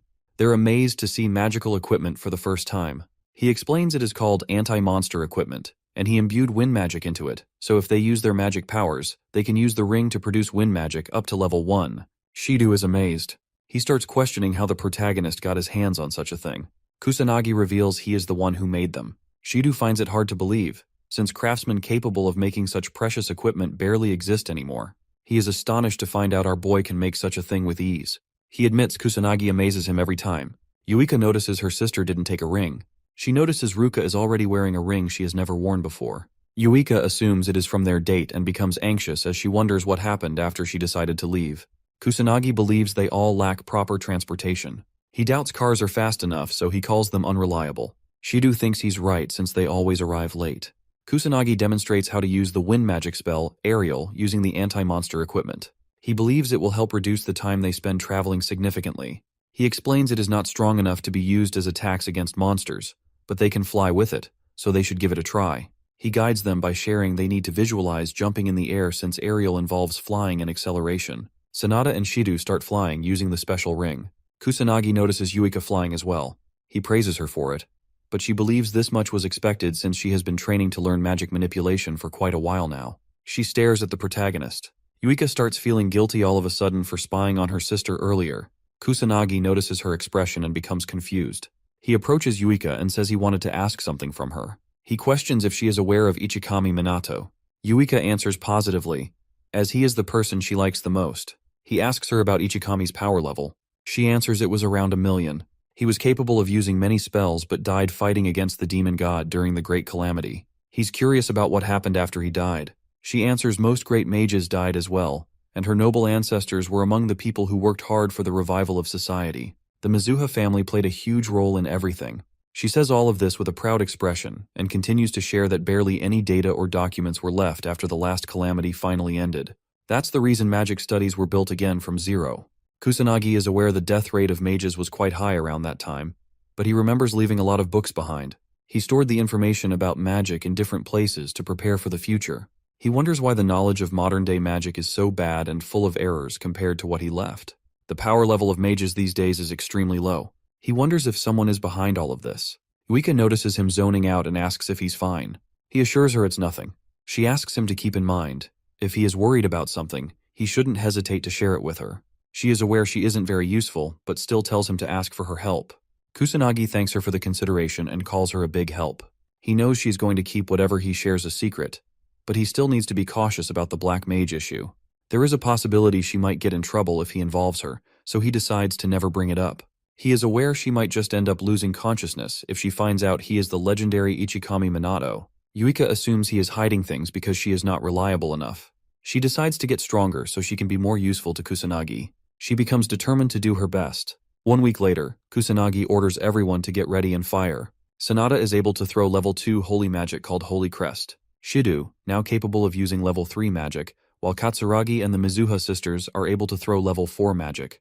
Kusanagi feels happy as he learns everyone has gotten stronger. Even Sanada, who didn't know how to use offensive magic before, can now attack with offensive magic spells as well. The most surprising thing for him is the compatibility between the Mizuha sisters. He knows people would think it is only natural since they are both sisters. Yuika and Ruka destroy the training ground with their level 4 magic. Yuika suddenly remembers some bad memories but starts smiling as she has finally earned her sister's respect. Kusanagi praises everyone for their hard work, but tells them not to get lazy just because their magic levels increased, since the levels don't necessarily mean they have gotten stronger and better at using magic. He decides to give an example and orders Ruka to use a level 4 magic spell on him. She understands him and follows his instructions. Ruka throws a level 4 attack at him, but Kusanagi only uses level 1 earth magic as a counterattack. As both magic attacks clash, everyone is surprised to see that level 1 magic was able to neutralize level 4 magic. He explains the magic levels only help with the amount of magic power that can be infused with an attack. It doesn't mean higher level magic is stronger. Even with level 1 magic, if the mage is able to infuse maximum magic power, even level 4 magic is easily beatable. He mentions the attributes of magic matter as well. Water is always weak to earth. He orders everyone to avoid getting trapped by the idea of levels. He explains they need to understand magic power and master the spells they have. If they follow his instructions, they can become stronger. Everyone listens carefully as Kusanagi reveals they shouldn't forget about their partners either, since combined powers can become even stronger. They all yell out as they become motivated, but out of nowhere, the fatty appears again and feels pity for them. Shido asks why he's here for no reason. Shu thinks no calamity is happening anytime soon, so he's bored. Shido advises him to clear out a few monsters if he's not planning on training, but Sho rejects the idea as it is too much work for him. He leaves all of it on the police department while smiling wickedly. Kusanagi's friends become annoyed, but he feels nothing. Shu hopes the calamity arrives quickly as the sky starts turning red. Yuika notices it first and points out something is wrong. Shu realizes it really is the calamity and gets fired up. He reminds everyone that the squad that is able to defeat the boss first is going to be chosen as the leader of the special unit. He announces the beginning of his challenge. Kusanagi's squad becomes fired up as they are determined not to lose to an ugly fatso like Sho. Fatty and his men start using the equipment to fly away with their wind magic. He becomes cocky and calls everyone a loser as he leaves. Yuika calls him unfair, but Kusanagi reminds her that they can do the same as well. He orders everyone to properly prepare and put on their headsets. As the whole team starts flying, Kusanagi reminds them that it's their first fight as a squad, so they need to remain cautious. They all start moving. Shu leaves behind a car driving on a road. He calls it slow and laughs. Katsuragi calls him fast, and Yuika doesn't understand how the fatso can move this quickly with such a huge body. Kusanagi believes it's because they are all good at wine magic, so it's going to be tough for his squad to keep up. He knows he can easily overtake them, but doesn't want to destroy the purpose of being in a team. He decides not to rush since the citizens look completely fine. Shu starts making fun of them and mocks them for calling themselves a special squad since they can't even overtake him. He keeps calling them losers. Yuika notices his expressions and assumes he is mocking them, even though she can't hear his words. The fatty finds a few people and announces he is here. He warns them about the calamity and starts killing a few monsters with his teammates. They all shoot wind magic and kill a beast. The civilians try to find a safe spot and ask the fatso for help, but he ignores them completely and keeps shooting wind magic towards the monsters. As the civilians are about to get caught up in his wind magic, the protagonist appears and shields them with his barrier. He asks the fatso what he's trying to do with a cold, terrifying expression. The noble brat and his men become so scared they almost piss their pants. He tries to understand what's happening as he can't even move his arm. Kusanagi's squad appears and confirms if the civilians are holding on fine. Yuika questions what the fatso just tried to pull off. She becomes angry and orders him not to drag ordinary people into a fight. Shu and his teammates are finally able to move again. He wonders if Kusanagi did something to his body. He brushes it off and believes it was nothing. Fatso calls it their fault for getting in the way of a mage noble like him. Yuika becomes irritated and orders him to repeat that. He uses his wind magic and starts flying off with his buddies while leaving the safety of commoners to Kusanagi. He is determined to defeat the boss. As the fatty leaves, Kusanagi observes him and is confident he could easily destroy the fatso in mere seconds. But he doesn't want to make it look like he is afraid of a stupid challenge. He suddenly realizes this might be a good opportunity for something. Kusanagi orders his squad to defeat the monsters while he protects the citizens from any kind of harm. Shido wonders if he is confident about the challenge since it sounds hard to protect so many civilians all alone. Kusanagi assures him he's confident since he is the leader of their special unit. Shido believes his words and thinks his question was stupid. Yuika motivates everyone to start defeating the monsters as they already rely on the protagonist so much. Everyone agrees with her, so our boy orders them all to start moving and win for him. They all move forward using their wind magic and start fighting the monsters. Yuika uses level 3 magic spells to destroy some strong monsters. She remembers being scared when faced with a similar situation before, but now she is surprised by her own capabilities as she can easily defeat demon soldiers. Yuika has finally gotten stronger. Kusanagi senses the magic energy around him and finds out both humans and monsters are mixed in, and many civilians are still stuck in a dangerous situation. He is aware of the situation's difficulty but believes he can take care of it because he is Kusanagi Minato. He moves forward with his wind magic to save everyone. Shu and his men keep blasting wind magic while ignoring the civilians. Ruka and the others maintain their formation and remain determined not to fall behind the fatso. Yuika starts sensing a weird magic energy out of nowhere. She looks back and finds a demon appearing behind her. The delusional fatty doesn't hesitate for even a second and runs towards the demon to stop the calamity and win his stupid challenge. He decides to use his level 4 magic for it. His men try to stop the fatso as level 4 magic is not even going to scratch an opponent like the demon.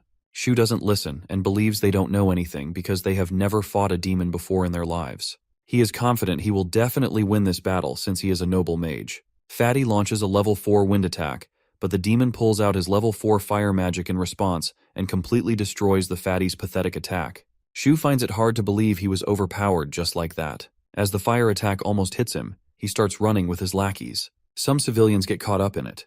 They scream for help, but Shu ignores them and keeps running to save himself. Kusanagi appears and uses earth magic to stop it. His squad joins in, and they all defend the civilians from the fire attack. Kusanagi smiles and praises them for it. Yuika approaches the fatty. He is relieved he didn't die. With a cold expression, she questions why he just ignored the citizens and only saved his own life. He calls it their fault for not running away to safety. He believes they don't deserve to live if they are going to slow down a magic noble like him. Yuika becomes so angry hearing his stupid words, she is unable to control herself anymore, so she smacks his face as hard as she can.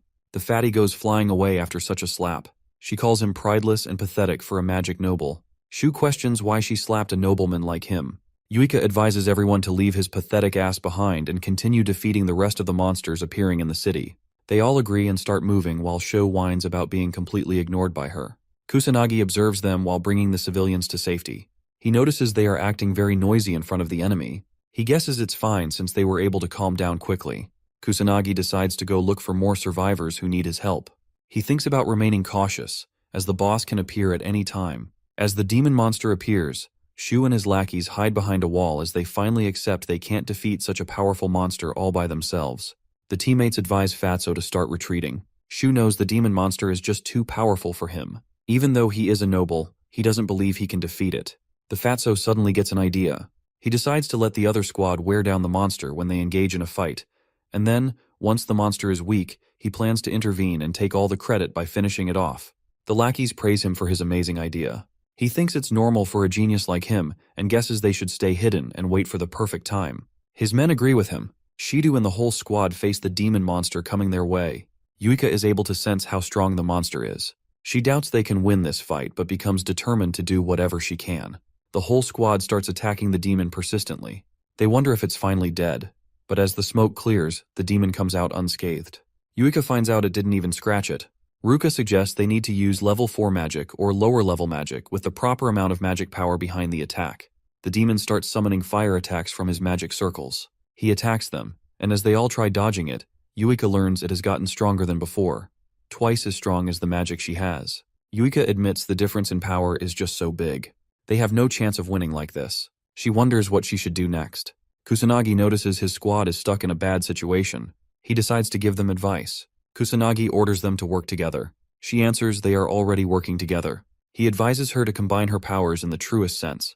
He hints that she and Ruka hold the key to victory.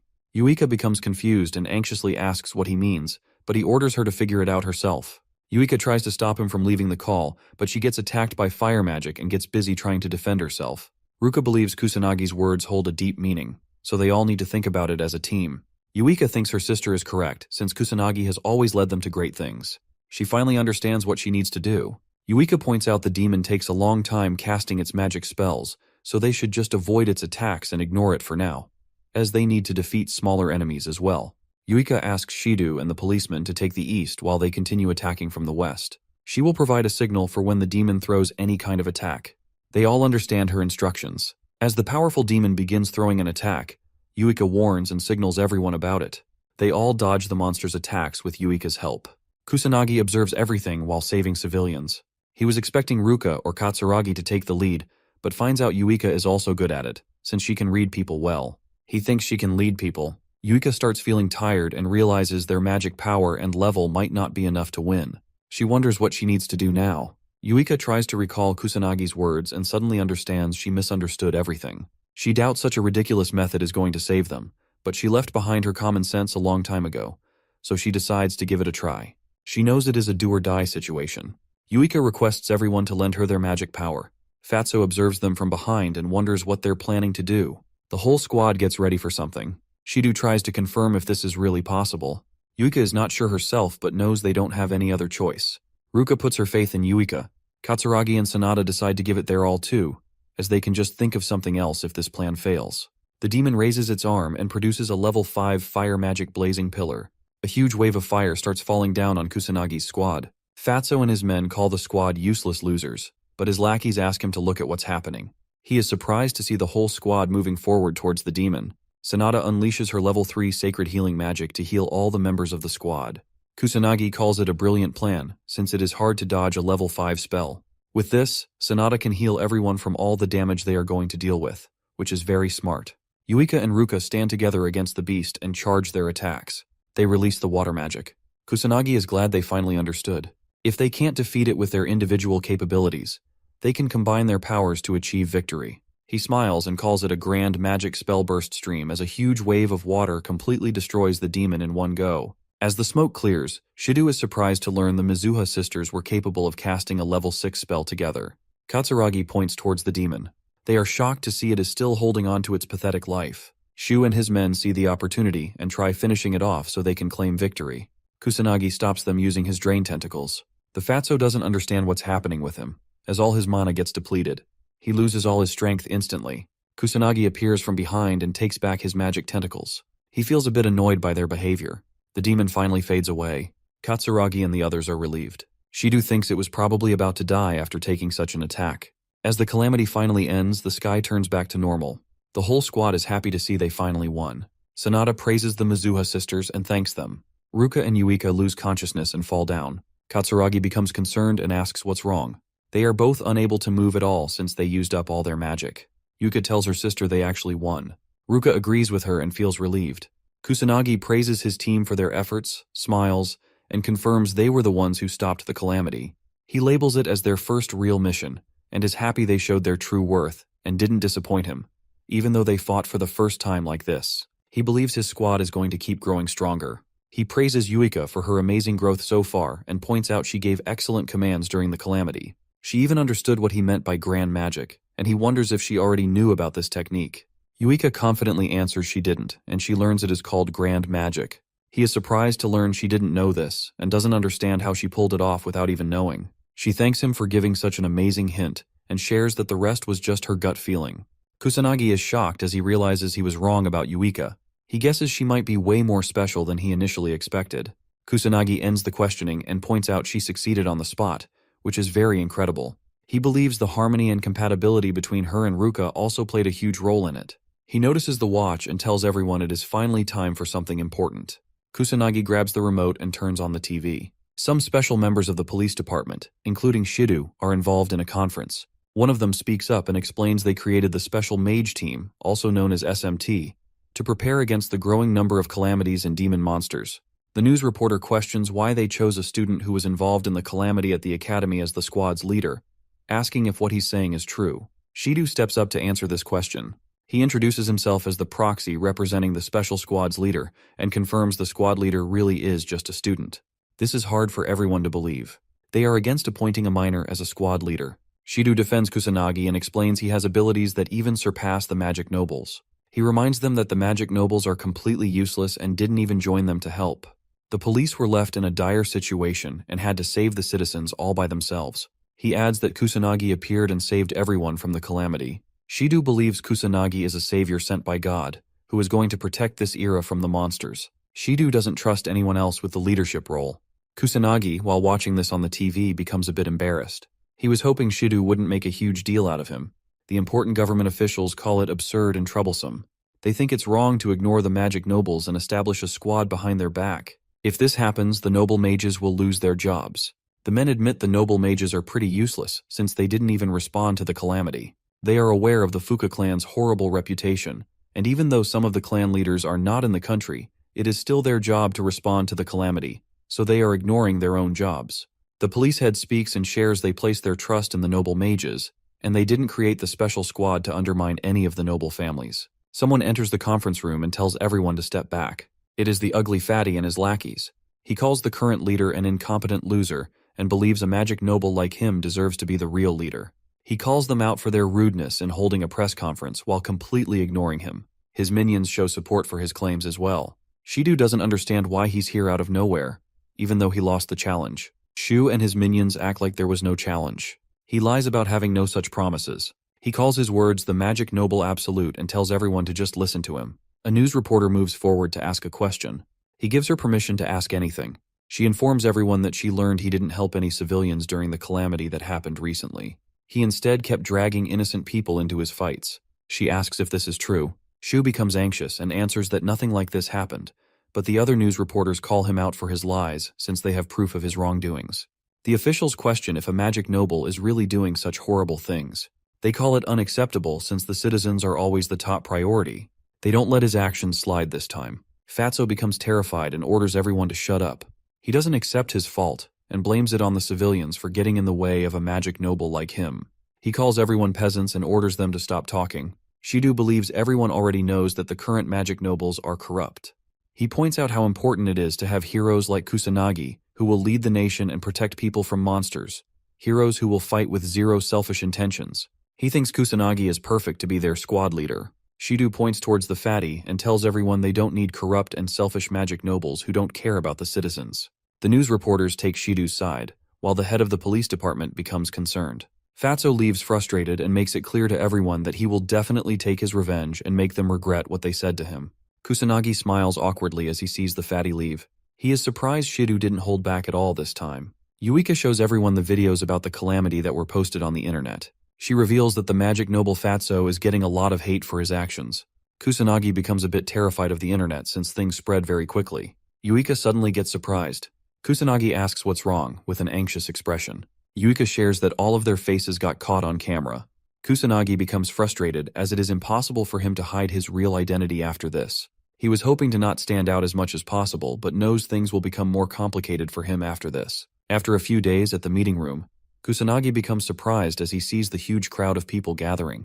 He wonders what's happening. Shido shares that the higher-ups are giving their approval easily now, out of nowhere, and the number of people hoping to volunteer has suddenly increased as well. Shidu anxiously smiles and believes this is happening because of the information that got spread on the internet and the press conference that happened recently. Shidu starts apologizing for not holding back during the press conference. He is aware he made a mistake, and he somehow wants to make it up to Kusanagi. Our boy was hoping he could train more people but didn't want to stand out this much. Yuika appears from behind and grabs his arm. She suggests he should just get used to it since it's hard for the world to take its eyes off of someone as special as him. He calls it troublesome, and hopes he can avoid attention after this at least. At night, somewhere inside a mysterious place, a man tied to a chair gets asked a question. A guy holds his knife near the victim's throat and orders him to reveal everything or he's dead. The guy with red hair becomes terrified. He gets asked about the Black Mage but tries to clarify he already told everything he knew. He shares that the Black Mage is a young kid who can cast strong magic spells. The man slashes the red-haired dude with his knife and threatens him to reveal everything or he's dead. The victim becomes terrified and begs for his life. He finally recalls something else. The red-haired dude shares that the police are consistently checking the Magic Academy to learn more about the Black Mage, so there is a rumor he might be a student. He swears he doesn't know anything else about the Black Mage. The kidnapper believes in his words but calls it disappointing. The victim hopes he will get released now since he revealed everything. The mysterious man assures him he will, but kills him and clarifies he will get free from life's grasp instead. The victim bleeds out and dies. The mysterious four-eyed man becomes angry as blood splashes onto him. He calls it filthy and starts rubbing off the blood. He was able to learn the Black Mage might be a student. He gets excited and starts smiling wickedly as he wonders how terrific a young kid's screams will sound. He hopes the Black Mage is waiting for him. Kusanagi lands in Shinjuku while wearing a mask to hide his face. He defeats a monster and starts looking around. Our boy spots a few kids with a camera in their hands. One of the kids starts recording the dead monster Kusanagi just killed, and they both call it the work of the Black Mage. One of them is a bit frustrated that he couldn't make it on time to film Kusanagi. Our boy was hoping the hype and interest people had in the Black Mage would have decreased by now, but he realizes he is totally wrong as he finds many people searching for him, even in such residential areas. The police are involved as well. He is glad the police are dealing with monsters and disasters properly now compared to when he was reincarnated. He guesses the people don't need the Black Mage anymore. Kusanagi notices something happening on the ground. A few thugs corner a helpless man and demand 10 million yen from him. They order him to just sell his organs if he can't pay up. The man tries to defend himself and clarifies he only took 200k yen, but the thugs start using their magic and call it interest on the loan. They try teaching him a lesson, and as they are about to attack him, Kusanagi jumps in and shields the man from the thugs. The helpless guy uses this opportunity to leave. The thugs become angry and question if he thinks he's some kind of cool hero.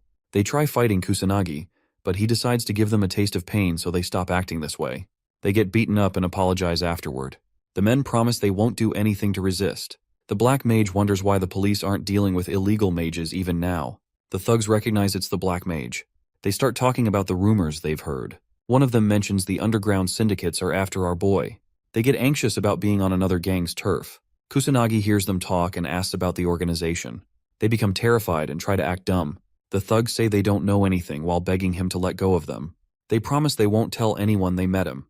The Black Mage wonders how much they know, so he decides to let them go if they reveal everything. The thugs agree, and one of them reveals the Black Rebellion is an underground organization of mages who are hidden from the public. He shares they have their hands in all sorts of horrible crimes like money laundering, controlling the Yakuza, gangs, or mafia. The organization is behind all of it. The thugs share that the Black Rebellion even has connections with the media and politics, so they have the freedom to do whatever they want. The thugs smile awkwardly and tell him there's a Black Rebellion branch nearby as well. They came here in hopes of getting a job there. He beats them up and starts leaving the sketchy alley. Kusanagi remembers Sanada mentioned something about the increase in illegal activities. He was finally able to learn the Black Rebellion is behind all of this. Our boy calls it interesting and gets a bit excited. He decides to leave the calamity and the increase in monsters to his student version instead, and clean the underworld whenever he goes out as the Black Mage. He guesses he should start with the Kabukicho branch first, since it is the nearest. Our boy reaches the place and sees a crowd of men and women doing sketchy business. He is surprised by how lively the modern entertainment district looks.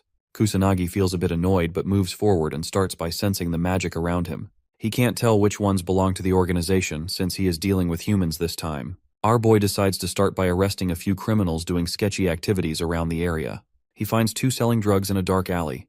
They notice him and get ready to attack, but the protagonist beats the crap out of them and tries getting any information out of them. He is barely able to learn anything but decides to report it to the police so they can take care of the rest.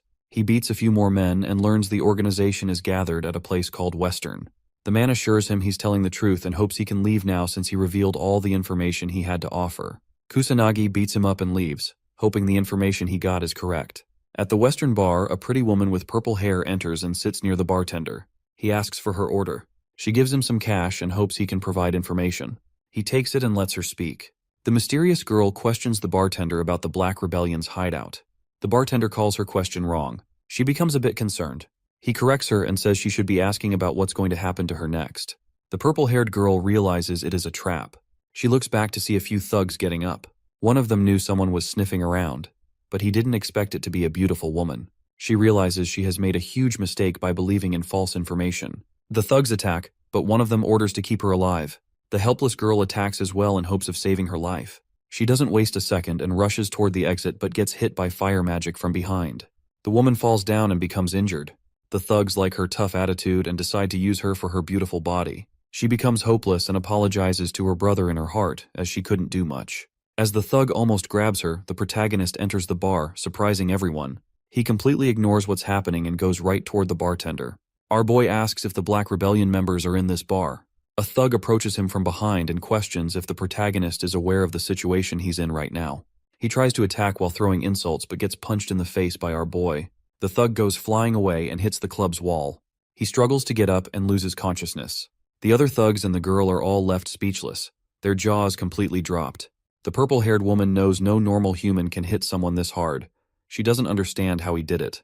The girl wonders if he used some sort of magic, but she didn't see him enchanting anything either. She wonders who he is. Kusanagi is glad the intel wasn't completely useless, as he was able to find many low-level mage thugs in the Western Club. He calls the Black Rebellion thugs pathetic scums for ganging up on a woman, continuing to insult them.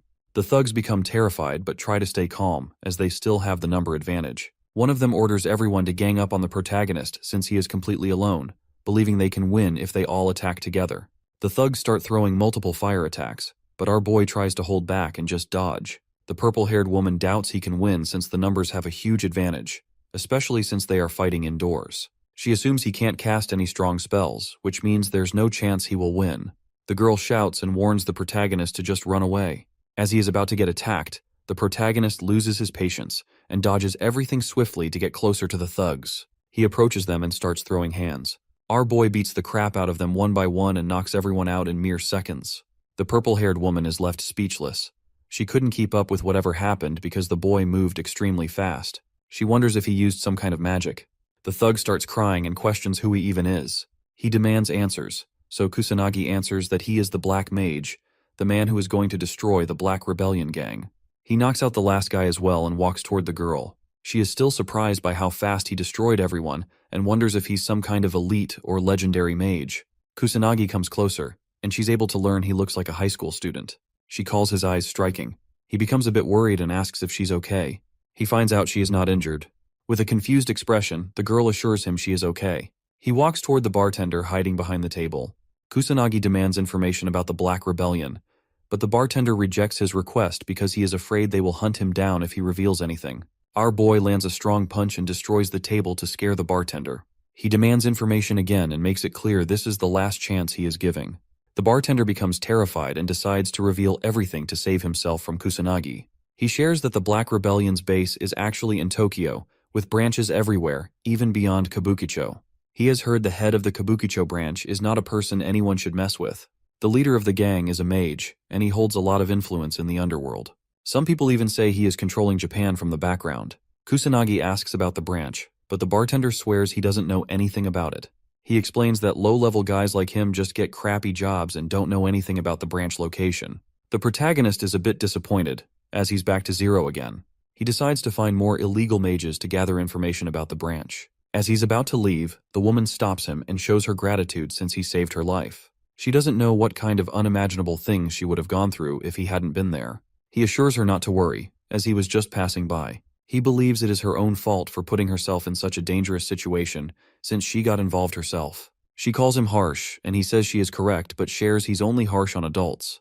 The woman assumes he's planning to search for the Black Rebellion. She is curious and questions what he's aiming to do once he finally finds the gang. With a cold expression, He answers that he will destroy it. She is a bit shocked to see how serious he is. She learns he wants to destroy the gang completely, but doubts he can do it all by himself, even if he is strong. She knows she can't do it alone either, so she decides to make a request. The woman asks our boy if he wants to join her. She confidently shares that she is a detective with more access to valuable information and holds many connections as well. She is aware she doesn't have the kind of strength he holds. The woman is a bit shocked to learn the Black Mage is a lot more powerful than whatever she heard from the rumors. She believes she can achieve her goals as well if she can somehow team up with him. Kusanagi understands it and questions if she is demanding his strength in exchange for her valuable information. The woman calls him correct and believes it is the perfect partnership. She moves her hand forward and requests his cooperation. He is aware that he is in dire need of some intel, but contemplates whether she is worth trusting. He guesses it's fine, as he can always just ghost her if things don't go according to plan. He agrees to it and shakes her hand as he decides to team up with the woman. She seals the deal and introduces herself as Leona. Our boy just shares that he is a Black Mage. She calls it hard and wonders why he doesn't have a shorter name. He gives the girl permission to call him whatever she wants, so she decides to go with Chrono. He agrees on Chrono. He questions why the thugs were after her. She shares that her aim was to somehow find the Black Rebellion's hideout. He calls her stupid for being so careless. She thinks they're both in the same boat, but he lets her know he can protect himself properly. She admits she has many weaknesses, but she didn't see any other choice since nobody dares to go against the Black Rebellion. Leona explains that these days the rogue mages are doing whatever they want in Kabukicho without any consequences, since the police are too busy dealing with the calamities. Kusanagi remembers that Sanada explained this earlier. He learns she is in a tough situation. Leona tries to keep herself calm and reveals her younger brother was attacked by the rogue mages. Ever since their parents died, she had to take care of her brother all by herself. She worked really hard to provide a nice life for her little brother. She's aware she couldn't offer him any time and attention, which would have probably made him lonely, but her little brother never complained about it once. She remembers one day a few burglars broke into their house out of nowhere. Unfortunately, her brother saw the criminals, so they tried to take his life. Her expression changes. He asks if her brother survived. She shares he was injured and hasn't regained consciousness ever since that day. He knows even sacred magic is not enough to wake someone up from a coma. She becomes frustrated and tells him the doctors have no idea when he might wake up. Her brother is only 9 years old. She believes he deserved a normal life. Leona remembers the guys behind all of this were Black Rebellion lackeys. She was able to find and arrest all of them, but she's not going to be satisfied until the whole gang is destroyed. He asks if her aim is just revenge, but she calls him wrong and determinedly shares that she wants to correct things so no one has to go through the same thing she did. She's aware she doesn't have the strength to do it, but she believes he can definitely stand against the Black Rebellion gang. Kusanagi guesses her story is true, but wonders if she brought the whole thing up to stop him from betraying her in the future. He calls her a tough woman for her actions but smiles, as he is into desperate women. He warns her not to drag him down, but she assures him she has already located many potential hideouts, so he shouldn't underestimate her information network. She just has too many on the list and thinks they might even be Yakuza or the Mafia. That's the reason she was trying to move forward with caution. He demands the information about the hideout locations. She asks about his plan. The boy answers he will just go pay a visit. She warns him about how dangerous it is and doubts he can avoid getting killed, even if he holds a lot of strength. He assures her it is completely fine since he is the legendary Black Mage. She decides to give him the information, but tells him she will go check with him. He warns her about the danger, but she's stuck on going even if she gets killed. He questions what her brother will do if she loses her life. She thinks it's fine, as he will get insurance money if she ever dies. He calls money worthless and advises her to never say such a thing again, as family is the most important thing. She doubts he can understand how she feels to be weak since he holds power. She frustratingly shares how horrible it is to live a good life, but still get oppressed by pathetic scums like the gang members. Even when people like her are cornered, they don't have enough power to fight back. She questions why her brother went through such a thing, even though he is completely innocent. She starts crying and goes silent. He starts moving, so she asks what he's trying to do. He demands the hideout locations and assures her the gang members are going to pay for their crimes. She stops crying and finally cheers up. She gives him the information but thinks it will be hard going everywhere on foot. He assures her not to worry about it and holds her from the back. Our boy orders her to hold on tight. She starts blushing uncontrollably. In a random building filled with gang members, a man walks toward the window out of curiosity. Another thug asks what's the issue. Suddenly, the window breaks, and Kusanagi lands inside the room with Leona in his hands. He kicks one of the thugs standing beside the window and surprises everyone. The gang of thugs gets shocked as they see one of their members get knocked down. Kusanagi wonders if this is the real Black Rebellion's hideout. Leona tries to calm herself but feels extremely anxious, as she thought she was about to die. The thugs demand answers and question who they are. They grab their weapons and get ready to kill the protagonist. He remains unfazed and observes the Yakuza haven't changed much compared to his previous life. The boss steps forward with a cigar in his hands. He questions who the protagonist is. He answers he is the Black Mage. The boss becomes enraged and orders everyone to attack the protagonist. He advises Leona to stay close. A thug attacks him with a sword, but our boy stands fearless. The thug gets shocked as his sword is sliced in half. He doesn't understand what's happening. A few more thugs approach him from behind and start shooting bullets. Kusanagi pulls out his magic barrier and deflects everything with ease. The thugs feel hopeless as they realize guns and swords are completely useless. They start calling the Black Mage a monster, but he ignores them and approaches the leader. He asks once more to confirm if the guy really is the boss. He also questions if their group has any ties to the Black Rebellion. The boss starts shaking and remains silent for a second, but then shouts at Kusanagi and insults him. He makes it clear the Black Mage won't leave unscathed. He warns the protagonist not to underestimate the Yakuza like this. The gang starts shooting and attacking again, but Kusanagi remains unfazed and calls them stubborn for not understanding. Leona thinks he shouldn't expect cooperation from such people. She doesn't understand how they're still unharmed after so many attacks. He senses none of them are real mages, so he guesses they have no ties with the Black Rebellion. Kusanagi decides to clean up the whole mess. The boss warns him he's messed with the wrong people, but our boy doesn't let him finish and moves forward to land a kick. He beats the crap out of them and sends them flying with just one kick. The Yakuza finally give up. Leona is shocked it ended so quickly. Our boy is annoyed they couldn't learn anything, so he decides to move to the next location. Leona learns how strong the Black Mage really is. She starts to believe he might be enough to destroy the Black Rebellion for good. He grabs the woman and holds her in his arms. She becomes anxious as she realizes they're about to leave again. He jumps out of the window while carrying her. She screams in fear and asks him to stop, but he continues to move forward. They reach their next destination and make a grand entry through the window once again. In mere seconds, our boy defeats the whole gang. They all bow down to him and beg for mercy. Once he's outside again, he wonders why they keep getting attacked every time. He calls the Yakuza completely stupid. She agrees with him, but clarifies no gang members will ever listen to him. Leona frustratingly requests him to stop barging in through the window every time. She thinks they're just ambushing the Yakuza at this point, but she's had enough of all the flying. He understands her and shares he didn't follow any rules since they're dealing with Yakuza. She calls him illogical, so he decides to agree with her and play by the rules this time. They both reach another location and knock on the door. A bald guy comes out and questions who they are. The boy shares he's here to learn about the Black Rebellion. The bald guy shuts the door close and orders them to get lost. Kusanagi becomes annoyed and slams open the door with just a kick.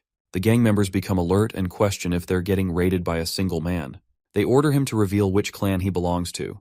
But Kusanagi clarifies he's just here to learn more about the Black Rebellion. The bald guy loses his patience and moves forward to throw a punch. Our boy was hoping he could talk peacefully for once, but since he has no other choice left, he fights back and easily destroys the bald guy. The other gang members get surprised. Kusanagi ignores the lackeys and tries to find the boss himself. A man named Ushiro moves forward and reveals he's the boss. He questions why our boy barged in like that. He gets straight to the point and asks if they have any ties with the Black Rebellion. The boss understands his question, but his lackeys find it disrespectful and pull out their weapons to fight our boy. Ushiro orders his men to stop. They try to say something, but he makes it clear to them that they can't handle a person like Kusanagi. He decides to answer the question and reveals he has zero connections with a pathetic organization like the Black Rebellion. He clarifies that honor is very important for his clan. The protagonist asks about their hideout. Ushiro confirms if he will leave once he learns the location. Kusanagi promises he will. Leona and our boy sit face to face with Ushiro. The gang of thugs surrounds both of them. She feels anxious and wonders why she got dragged into such a situation. Ushiro introduces himself again, so Kusanagi also reveals he is Chrono. Leona introduces herself as well. The boss points towards a map and explains the Black Rebellion's hideout is somewhere around where he's pointing.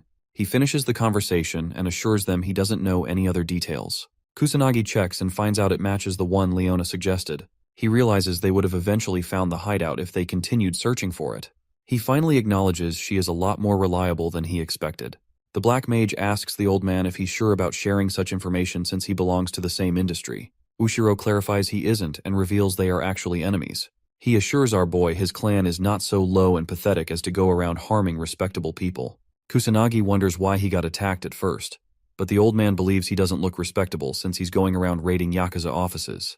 Ushiro tells him his clan has rules and principles, so there's no need to compare them with scums like the Black Rebellion. Kusanagi is amazed to find a Yakuza like Ushiro in this time period.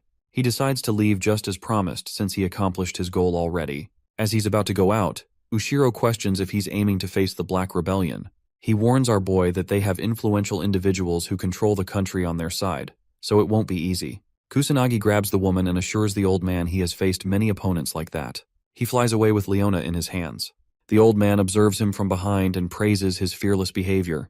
He believes the kid might be able to take down the Black Rebellion. In a random warehouse, a few men gather to make a deal for a special weapon. One of the lackeys checks its quality and assures his boss it's good.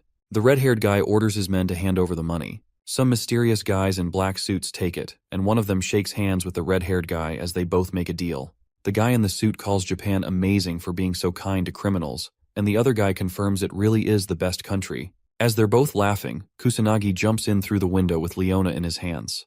The men get shocked, but they all pull out their magic circles and guns without wasting a second. Kusanagi realizes he has finally found the gang he was looking for. He uses magic perception and learns that all the Black Rebellion men are mages, while the Mafia party also has a few mages on its side. Leona hides behind a container and pulls out her phone to record everything. The red-haired dude questions who Kusanagi is. Our boy is tired of hearing the same thing again and again. He answers that he is the Black Mage, and he plans on destroying the Black Rebellion. The men get confused hearing his words. They start laughing uncontrollably as they doubt a kid like him can do anything all by himself. He ignores their laughter and throws a huge fire attack. Some of them get blasted away. He makes it clear that he is determined to take the whole gang down. The men become enraged and start throwing multiple magic attacks without holding back. Our boy effortlessly deflects everything with his barrier. He knows they won't try anything higher than level 2 magic, as it will destroy the warehouse. He thinks about using combative spells, but realizes it will be useless since he's dealing with a huge number of men. The lackeys are surprised to see their attacks had zero effect. The bullets end up being useless as well. They start wondering why he's still unscathed, as they have never seen such magic before. Kusanagi is disappointed. He knows he isn't even using his magic. He finds their panic funny. The guy in the suit suddenly remembers they still have that special weapon he brought earlier. They suddenly become cocky and warn our boy not to be so confident. He notices the change in their behavior. As the men begin wearing masks and pull out the special weapon, Kusanagi notices what it is and quickly orders Leona to run outside. She listens to him and leaves. The thug throws a gas bomb, but our boy uses his magic to stop it midway. It blows up and poisonous gas leaks out. The men doubt he can save himself from such a thing, no matter how strong he is. They think the game is over and feel relieved the Black Mage dropped dead. They begin moving forward to check how his dead face looks. As the smoke finally clears, they both get surprised as the boy comes out unscathed again. The gang members find it hard to believe and question how he's still alive. He explains no magic can save him from poisonous gas, but it is just gas in the end, so he can simply use his wind magic to circulate the air around him. He finds it stupid and lets them know a powerful mage like him won't fall down so easily.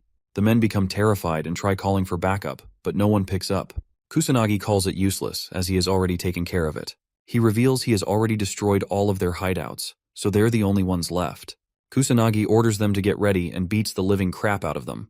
He feels satisfied after completely destroying Kabukicho's Black Rebellion, so he decides to go look for Leona. Our boy suddenly notices someone behind him. A man comes out from the shadows with Leona as his hostage. He's surprised the protagonist took care of everyone all by himself. He admits it is impressive and smiles wickedly as he shares he hopes to negotiate with the Black Mage.